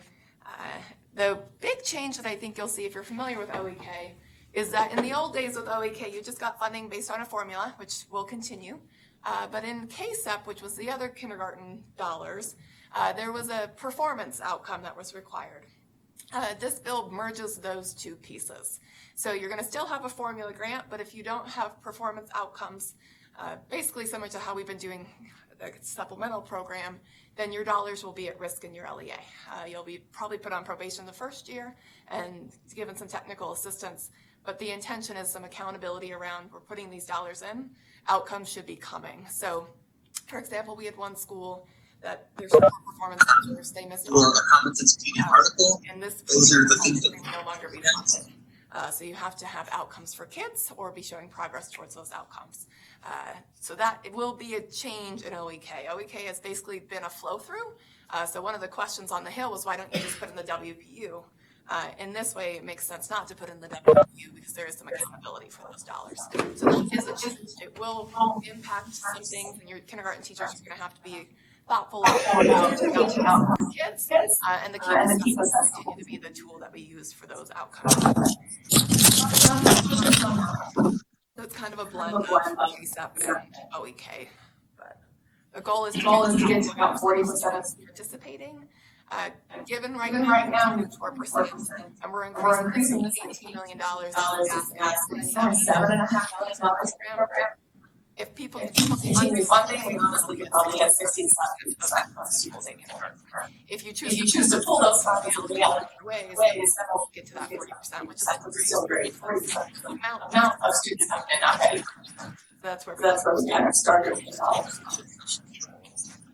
Lots of questions. This one is likely to pass if there are double programs. It's pretty well slated for what's the positive outcomes. So thank you. I know a couple years ago that growing pains, but that data has really led to the ability to show that having more learning works in the kindergarten space. Curious about whether districts have access to really well-qualified teachers. Is this if you expand challenge or not? The challenges I think you'll face and teachers. Another reason we didn't go for 68 months, right? I can't saturate kindergarten teachers. Most of your challenge, I think, this kind of flexible space is finding enough food to have full day. It's a resource problem more than anything. So something to be thinking about.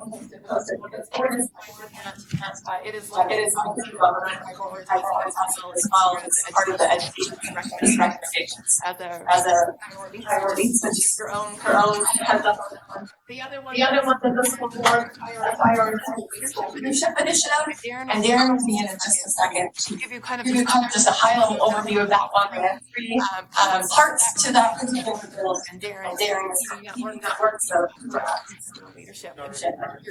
I just giving them what the board. I didn't give them any.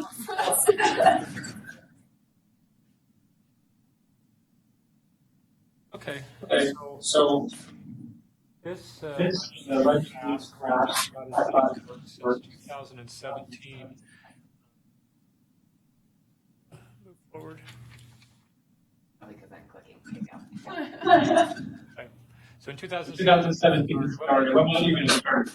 According to the records of 2017, the legislative intake committee got it. Some of you might have participated in that. I don't know. I think it was held at the EU, big event. There was other ongoing work that took place.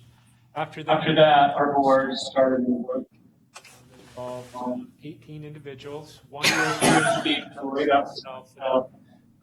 teachers from regular traditional schools, charter schools, building administrators, district administrators, and representatives from our higher ed institutions, the preparation programs for school leadership.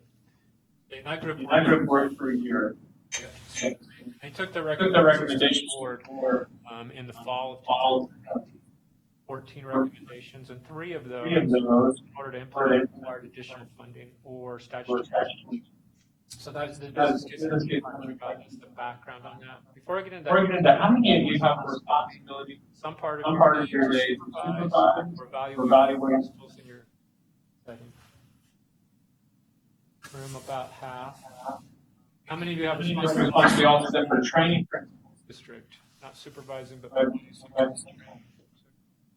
little bit more than half. So this should be really relevant. As you go back, these slides wanted to give you information. Superintendent, other groups that I interact with, try to explain why it's important for our legislation to provide positive response.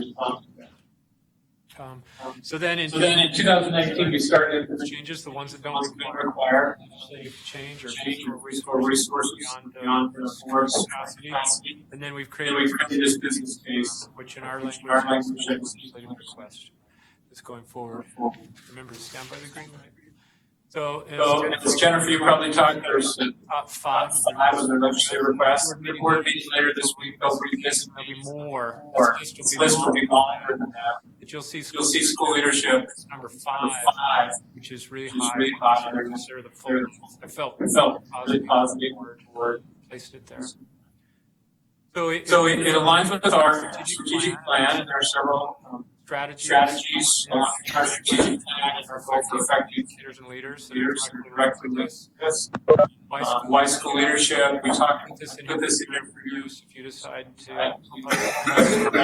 Really, the bottom bullet there is one that I had. Almost all school reform approaches are not an effective principle. There's nothing that we can do at the district level, state level, to improve student achievement that doesn't involve school leader, principal, and their level of how well that goes. The RAND Corporation, we use lots of sources of research together, but the RAND Corporation identifies the pipeline. The primary business case addresses almost all of those. So what's being asked for? We asked for, this is the big one, School Leadership Development Grant. And the work group, and then think about their challenge. They have to identify a year in advance before they know what the board's going to support, before they know what the legislation support it. The big idea. These elements that we talk about are the big ideas. It's not written into the statute right now. But to have activities designed to improve the pipeline. Previously I talked about what those are. Costs associated with providing job experience. The rule was updated for school leadership. It used to be taken out. A number of hours has been taken out of that, and we're really focusing on competencies rather than time spent doing various activities to become to enter the pipeline of being a school leader. We've also found out through our surveys that there's a high percentage of our principals who receive no mentoring, no formal mentoring program. It's almost 40% across the state. So when we see grants and opportunities, when I was in the district, you'd think, what's required of me? What's the thing I have to do? What's the cost? And this is the one. For an LEA, to apply for these funds, if it goes through the way the committee recommended, they would be required to have effective mentoring program for school leaders for the first 3 years, principals within their setting. Some of your LEAs already have really organized programs. Along with that, we'll see this model mentoring framework be published for those of you who don't have a mentoring program to see what that might look like. But the committee's recommendation is that LEA would have to use that just so you have one. And then to focus on social development across professional, so not just the first 3 years, but ongoing professional development. Some of you already have some professional development programs for your school leaders. This would not undermine that. It would be something that you then could have funding to support that. So the second thing we want to do is the THL scholarship. They're recommending that the legislature fund a THL-like scholarship for school leaders. Finally, one FTE for USB. Right now, David Smith, and now it's Lisa Young, is school leadership at the State Board of Education. Everything that happens, she's the only individual that's assigned, that's her primary duties. In order to expand our services and support, we need additional staff.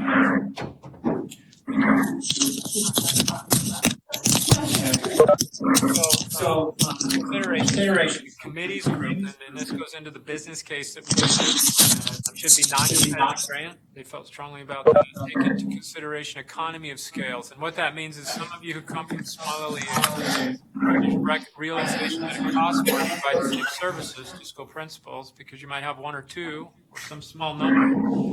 So per principal costs are higher than if you're in a large LEA where you can distribute those funds. So the work group said the legislature should acknowledge that there's economy of scales and factor that into the funding source. So again, big picture, what the details of that look like haven't been determined yet. Require the 3 years of mentoring. Allow the consortiums to apply. So charter schools, for instance, an individual charter school might not make sense for them to be able to develop a mentoring program for just them, but they could join other charter schools or even partner with LEAs. In our small rural areas, we already have consortiums. This wouldn't preclude and then provide high levels of autonomy and associated responsibility to the LEAs. So this is just an overview of the total dollar amount, $15 million for the school leadership grant. And the question that I'll have to answer, or Lisa will have to answer, sitting up at the legislature this year when this gets to vote, if it does, is how we come up with that number. Where's $15 million come from?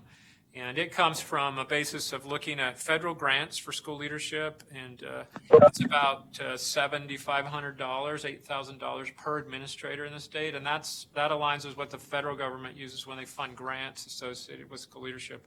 I've broken it down just to show people what it is per student, how much it costs per student to put that in place. And then the final things here, that middle bullet, and this is why that statement about autonomy for districts. Districts are the key lever for influencing the quality of school leaderships. The state has a role, the legislature has a role, but the districts are the key variable in improving school leadership for our students and for our teachers. So that's information about that business case. I hope that you'll attend to that as it goes through the system, and we're hopeful that it will be funded. I can't tell you the bill that's associated with it yet. We're still working with various legislators to see who will sponsor that. But it's something I hope that you can speak positively about and support. If you have questions, though, certainly ask Lisa or myself. I'd be happy to respond to it. So, okay, thank you for your time.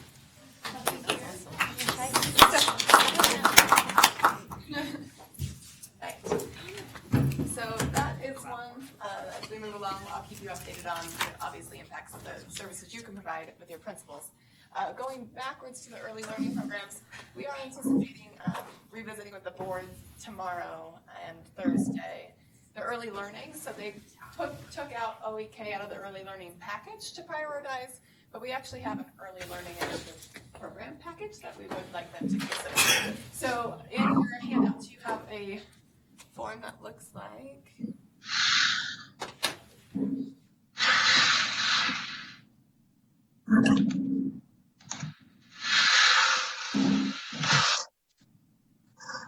learning programs. Bigger. It has the and 2 of them are going to caucus this week. We've already one to be released any day for the early learning pieces. So a lot of these are already well underway and processed. Where some of our other bills, we met on a bill yesterday that's like 20th in line for improving the dollars for AP and CE. So this is at this point, but these 2 are drafted. It's out, and it sounds like I put the HB 99 in the folder, so I will fix that. This one should come out any day, so be looking for that one as you go through, and I'll show you how to kind of track so those things come out. So basically, we have 3 kind of main initiatives in early learning, knowing that if we can do a good job in the pre-K3 space, we'll have less needs as we move up and can rethink about how we do education because we'll have less students needing remediation and all of those things. So you've got the early learning initiative. The bill is going to be called Early Learning Training and Assessment because there's a couple of key pieces that come from that one. Our sponsor for that is Senator Walter for us. OEK is Representative Snow, and then the early childhood grants will just be an allocation, so there won't be a bill. It will just be a fiscal request. You can kind of see on this form what it does. I'm going to give you some just high-level highlights to reiterate this one. So the big idea here is that it adds to your K-3 early literacy project by adding dollars for numeracy as well as training and coaching. So the big idea here is being asked for in this space because we know if we can increase the quality of instruction in the early years, we'll have more proficient students, more capable learners. And so the focus is to really look at the pre-K third grade development and to align our language and our instruction and our coaching and our supports. And so the dollars that will be dedicated here really go towards 3 things. Training, you'll get $900 per teacher is our request to allow for you to provide training for pre-K through 3rd grade teachers in your LEA. You'll also, in more rural communities, those in the regional service centers, you'll get coaching. Many of you don't have enough dollars to do coaching. Charter schools will also get about $25,000 per school for a coach, where we're expecting they'll do more of a consortium, so they'll join with another school or 2 to be able to hire a full-time coach who can serve multiple buildings. But within that pre-K space, if you don't have any preschool teachers, you won't be addressing their needs. You'll address the K through 3. There is you've got coaching, you've got the training, and then there is a expectation being added to higher education for teacher preparation that they have to pass the science of reading assessment in order to become a teacher. If they don't pass it and you want to hire them, there will be some kind of system that you can still hire that teacher, but they ultimately have to earn that within their first 3 years of teaching, or they'll no longer be eligible for a license. We can no longer have educators who don't have the basics of kids how to read. Our system is definitely showing the effects of that, and so higher education is very supportive at this point. They've talked with all the deans, they are on board, so we're not expecting any pushback in that space. It will add some layers, so we're just basically asking for dollars to pay for the assessment the first time. Let me be clear though, Mississippi added this assessment, and some of their teachers take it 9 to 10 times to pass. So because their education system has not known what the science of reading is. So it will push our systems a little more quickly towards teaching the things that our teacher candidates need to know in order to be effective teachers when they enter the classroom. So those are kind of the big pieces in early learning. Questions, thoughts? It will allow for you to do professional development with your teachers. The intention of the $900 per teacher is to allow you to either pay them stipends for after hours in the summer, whatever that looks like, or to be able to cover subs for them during the school day, whatever functionality, to be able to hire presenters to come in to work with your staff, or whatever that function looks like for you. It's really intended for professional learning opportunities. The way we're selling this one is in 2010, $77 million was dedicated to professional learning. Those dollars have never been reinstituted since they were withdrawn in 2010. So there are no dollars in the state that are actually dedicated to professional learning, where the legislature thinks they're giving all this money to PL. That's not actually the case. That we're trying to advocate for. Let's focus on pre-K3, let's get it right, and really start kids out with that early start. I'm going to move on if there's no thoughts, input. The bill gets released, we'll be happy to send it to you. When bills are released, they're not done. They can have amendments, or if there's anything in there that you think is critical for us to consider, always feel free to send that feedback. OEK, you've got the bill, or you will have the bill when I add the right one. But if you just Google HB 99 2020 Utah, you can find out. It's basically just OEK and KSEP blended together. Big and mind-blowing in it. And then, like I said, preschool is really just to be able to maintain those of you in our high-quality grant projects, to be able to maintain those systems, because the dollars we have right now are insufficient for maintenance. So it's really just a fiscal ask for maintenance. So that's early learning.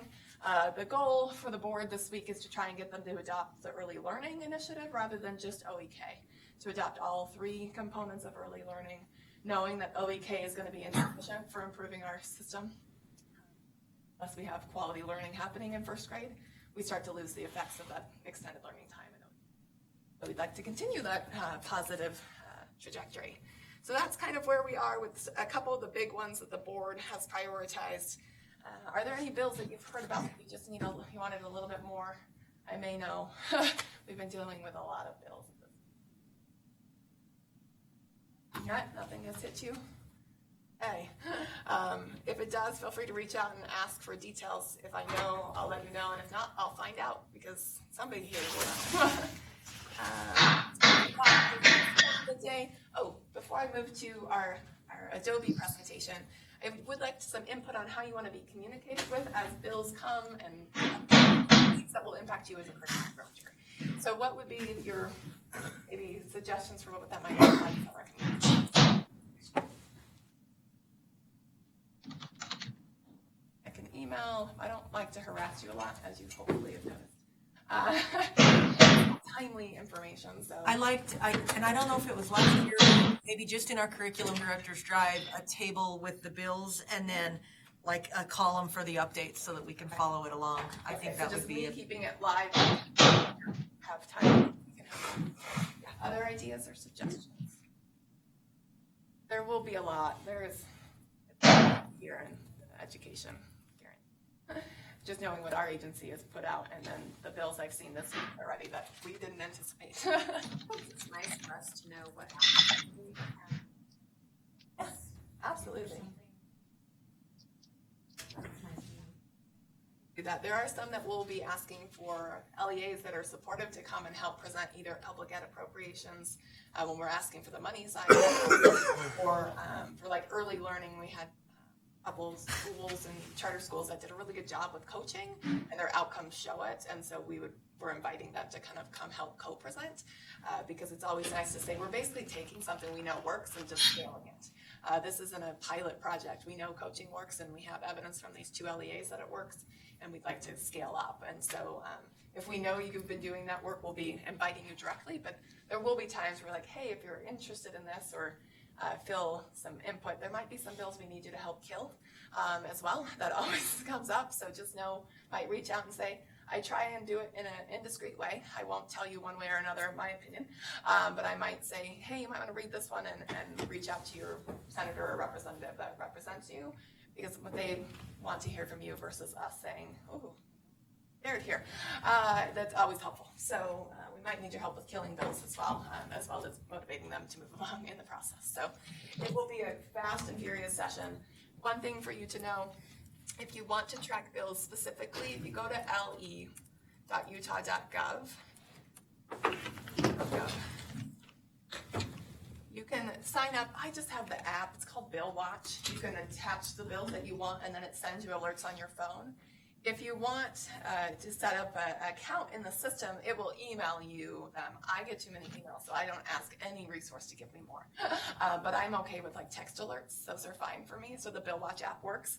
But you can go in here and sign up and register for the this tracking service. So under the bills tab, it's called tracking service. You can put in the bill that you're interested in tracking. So if I wanted to do, I've already done it, but HB 99 for the kindergarten one, you'll see it's down here and it will track it and it will email me alerts when it moves along. So when it's 5 steps, right? It's got to go to committee, floor, governor. So it'll kind of let you know where it is in the process and you can kind of follow the bill along in terms of approval or to see if it gets, goes dead on the floor or whatever. So that might be something as you're looking at different bills. We'll have that tracking sheet if you're interested in a particular bill, giving you updates without you having to go look. You can sign up for that. Sid? What's the exact name of the app? I put in Bill Watch. Yeah. It's pulling up a Bill's reminder and tracker for finances. It looks like it says Bill Watch on the app, but let me find it real fast. I like the app better because I don't have to go with it. The Watch Utah Ledge. That's probably it. Yep, it looks like that. So get the app. It's that Watch Utah Legislature. That is the one. You don't need to log in. I'm horrible with remembering passwords. That's why I like the app. But you can assign which bills you're interested in, and then it just sends you alerts when a bill moves through. So you can kind of keep track of any bill that you're interested in. All right, we are going to transfer over and have some information about Adobe, which is a tool that through last legislative session, they got a statewide license for K through 12. 7 through 12 students have their own license. K through 6, it's just the educators. If I got that right, you can clarify. But there are some tools that you might find value of in your own role, like how do I create a dynamic flyer, or things that you can use, but also things teachers can be using to engage their students. So we're going to have our colleague come up while I try and get this to do what it needs to do. Jennifer? Yeah. I'll probably minimize that soon anyway. You can sure try. Go ahead and introduce yourself while I make him a host. I am David Newman. I'm upstairs with CTE. It's where my cubicle is, so I get to listen to all the loud guys that stomp around over there. I am the Adobe Program Specialist that was brought in just for this Create Utah program that they passed just barely. Like she's saying, all K through 12, you get Adobe Access. If it's in your schools, then K through 12, they all have it on the schools. Each kindergarten can use it in a school computer. But just when they go home, their personal license is just brought down to Spark. But Spark has been used already in several cases, and you can have a lot of fun with it. And in fact, if you guys want to have fun today a little bit on your phones, you guys can go ahead and go to Spark. It's on the Adobe, it's made by Adobe. You guys can use that. Or if you want to use your computers, we will also I'll be doing it on the computer because then I can kind of guide through it. However, I like to use it on the phone because it's a little bit easier. So download Spark now, that way I can go through this. You can download on your tablets, or if you want to wait, you can go to, it's an app.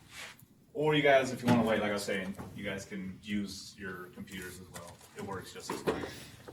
Just giving you guys a quick little. The Adobe Spark Post. Yeah, Spark Post. Spark Post will be what we're going to do today. So probably we'll go with that one. Download that one if you want. If you don't want, like I said, I'm going to do it on the computer. Okay. So a little bit about it real quickly. I would just like to thank everybody, all the districts out there that are already, I got to tell you, there's a high demand for it. I've got about 10% in some of the smaller schools, and I know I can't even crunch the numbers because in the bigger schools, it's going to take me a little bit longer. However, 10% in Box Elder, just a bit of math on that, it's costing us at about $3,000 per person that's actively using it right now, which would cost about $175,000.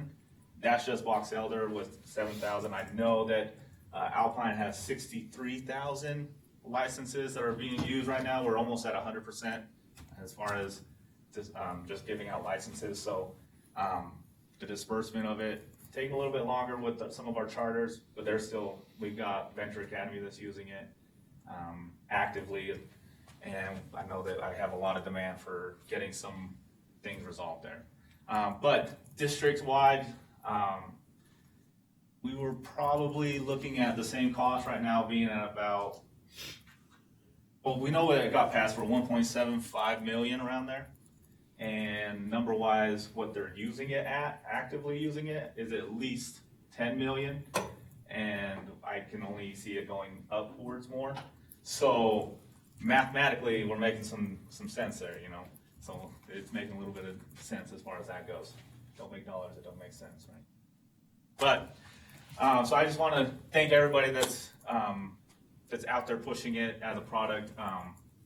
The next step will definitely be more towards getting it educational kind of literacy and putting it into classrooms. So that'll be the next step. Right now is getting people to know that they have it, right?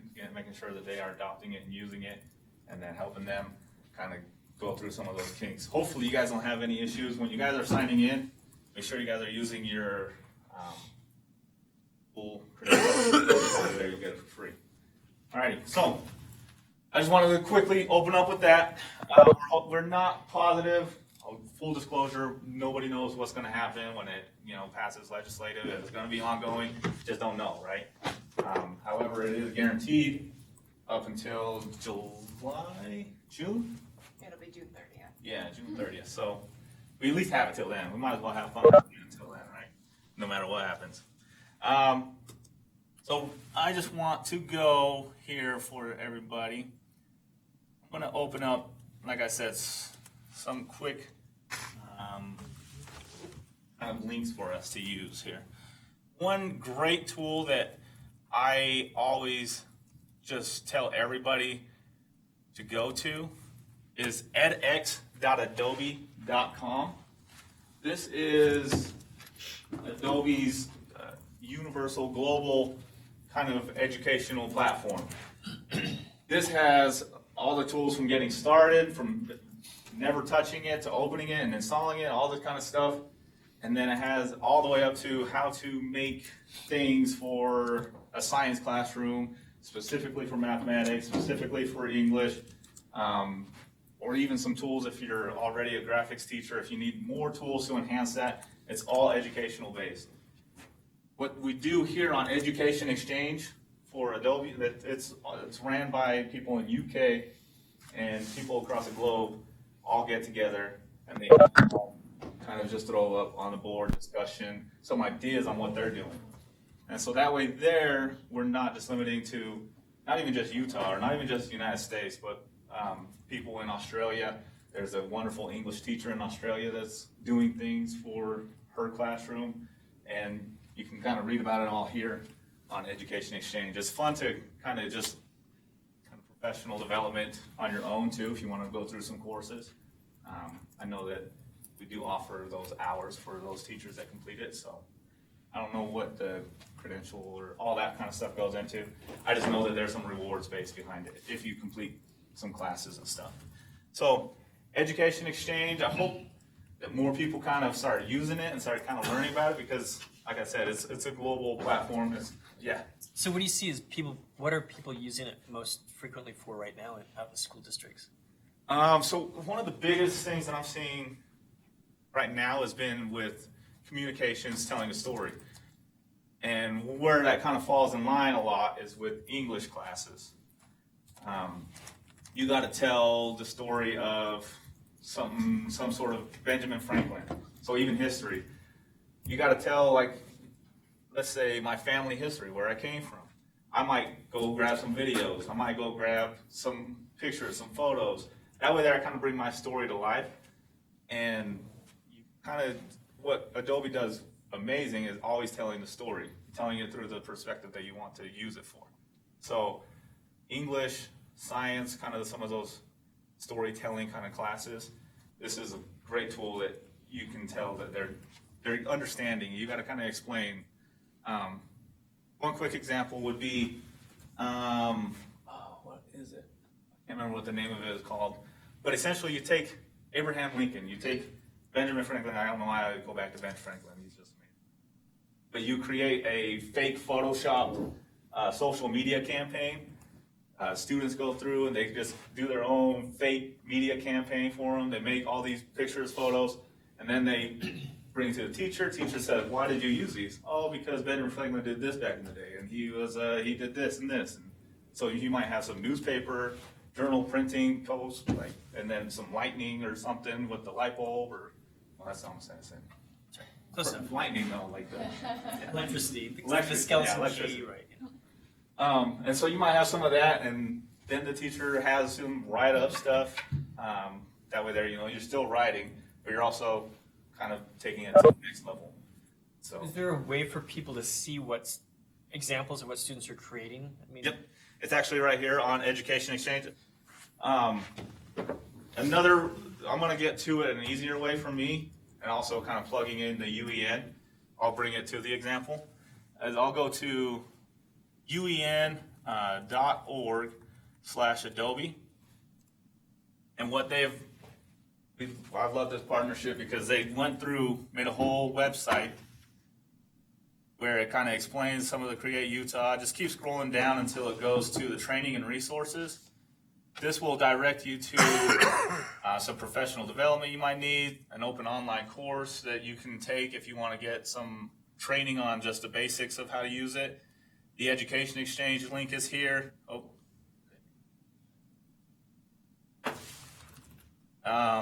Some curriculum guides, Adobe for Teachers, Campus Leader Programs, the USBE, our website's link is right here too.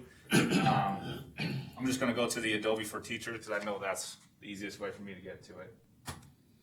You can probably search it as well at the same time. Here's some good examples, kind of getting started again. You can click on these, watch these videos, but I'm going to go directly to the one you're talking about. It is this one right here, made by Megan Towns for Social Studies. And she is an IT integrator and English teacher. Here's some of the things that she's using. This is her. Oh, I went to the wrong one now. I'm going to click this link. So here it is. Some of these are like this, some of these are amazing like this, where it will literally go step by step for you. It's like a kind of just an assignment guide. Some of them you might have to do a little bit more on your own to kind of figure out how it's done. But this project includes a lesson plan, the Photoshop template, so you don't have to spend all the time making an Instagram post, technical tutorial, a rubric, example of the project, peer review form, design guidelines. I'm just going to click on try the project, and then it will bring up a PDF of something that a teacher can, if I wanted to, I could hand this to a teacher right now probably and say, hey, this might be something cool to look into, right? It goes down the thing right here, some motivation reasons on why you might want to use it. Here's somebody using it for Severus Snape. How do you ever say this? Professor Snape. Professor Snape. Professor Snape. There we go. I didn't read Harry Potter. I don't watch enough Harry Potter, but I know I'm offending somebody out there. I have offended lots of people. I need to watch more. And then you can even scroll down some more. And here's a rubric on it. Content. You want to have it at least enriched in some sort of content, communication, written work ethic, and effort. This is just one example of somebody using it. And they've been so likely to even publish all the way down to this. I know teachers love to take these and run with them because it's so easy to just take in and then regurgitate the information and then have the students do it, right? So there's one example. I have some other examples of even career coaches that are using another app called Premiere Rush, where you basically film yourself, make your visual video interview, and you just become digital literate, and then that way there you can use it on your resume, right? You can say, hey, I am such and such, and you bring your resume to life rather than just handing a piece of paper over, and some people are using it that way.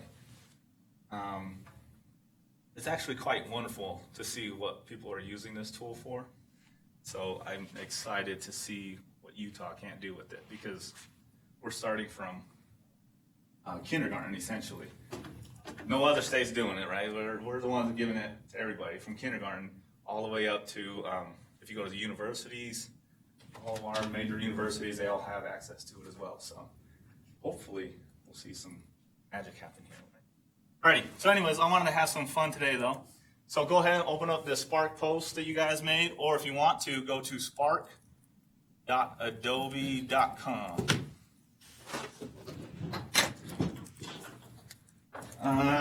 Use your school credentials, so log in. Go ahead and log in and get started there. Log in with my school account. Newman. Use my school email. Very important that I don't click on personal account. Very important that I go down to the company and school account. Many of you guys will have a personal account. It's all federated IDs. The only people that will have a personal ID will be your system administrators, people who divvy it out. So you'll most likely want to make sure that, I always kind of emphasize this because a lot of times people sign in, I'm having issues. Well, try to sign all the way back out and sign back in using the company and school. So company and school account, might direct me to USB.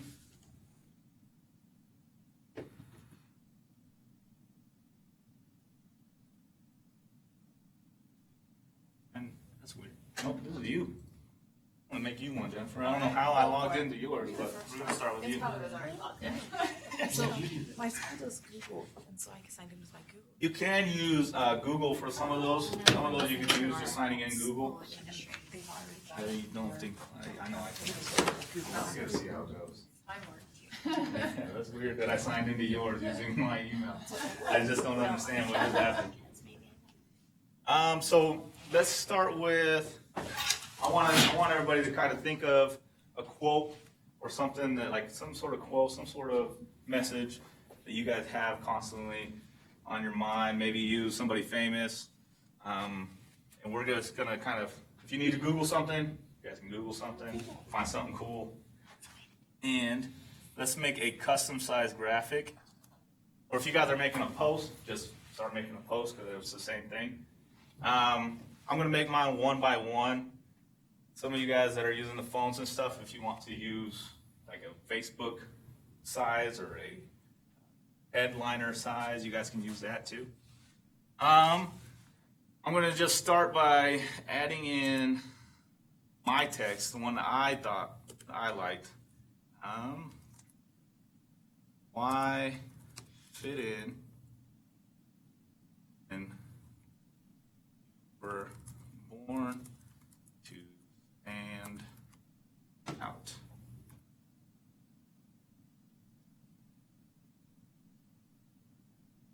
So there's my text. It'll add right over.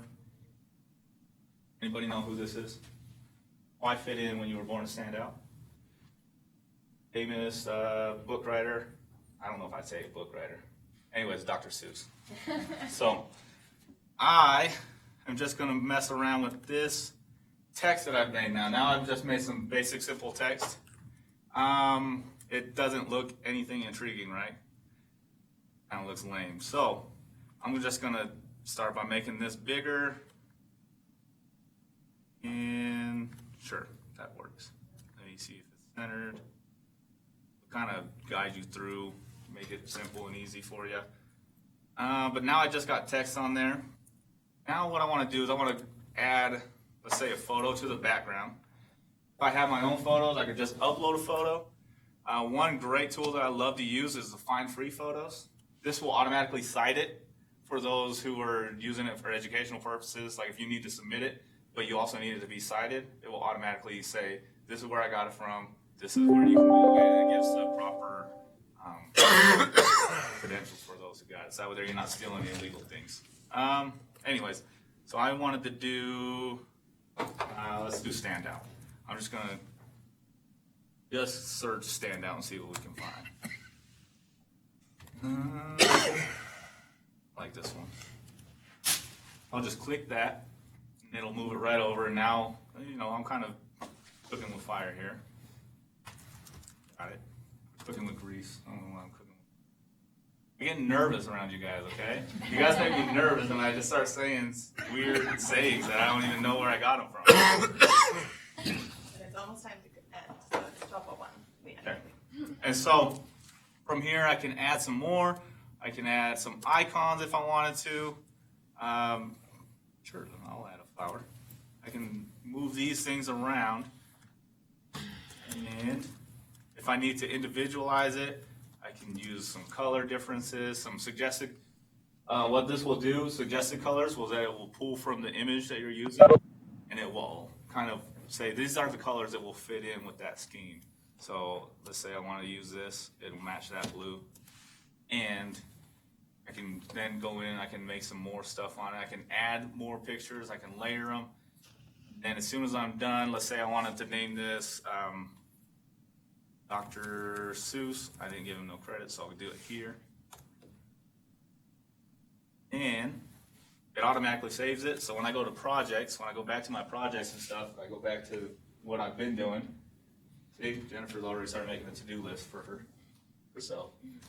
It automatically saves it, keeps it all on the web base. That way there, when you have to go back and revisit it, you can use your phone, you can use your web browser, and it kind of keeps it in the cloud. So, anyways, if you guys have any questions, so contact me. I'll get you guys some examples if you want more examples. If you want me to brainstorm some stuff with somebody, or if you have any technical issues, come to me. Just give me a contact. Can I send out my info? Yeah. I'll send out my info. That way there you guys all have it. It's easier than handing out business cards. Definitely excited to see what happens. I'm nervous because next legislative session I get to find out if I have a job or not. So no pressure, right?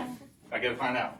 But it's definitely fun. So see what you guys can do if you have questions. Or if you guys have examples, I want to highlight it at the same time, right? So if you guys have some teachers that are doing some great things, let me know. That way there I can also highlight it. Cool. Awesome. Thank you guys. That is the end of our meeting for today. Thanks for coming. We had a lot of people online. I know it's a half-day meeting, so thank you for coming to the room. I think it's better, especially given the technical challenges we have every meeting. So thank you for coming. We'll see you February 18th. It's a full-day meeting, 9 to 4. We'll have our learning team facilitators back with us. So plan on that full day, hopefully in-house. Contact info. If you have any questions, I'll stick around, but thank you for your time.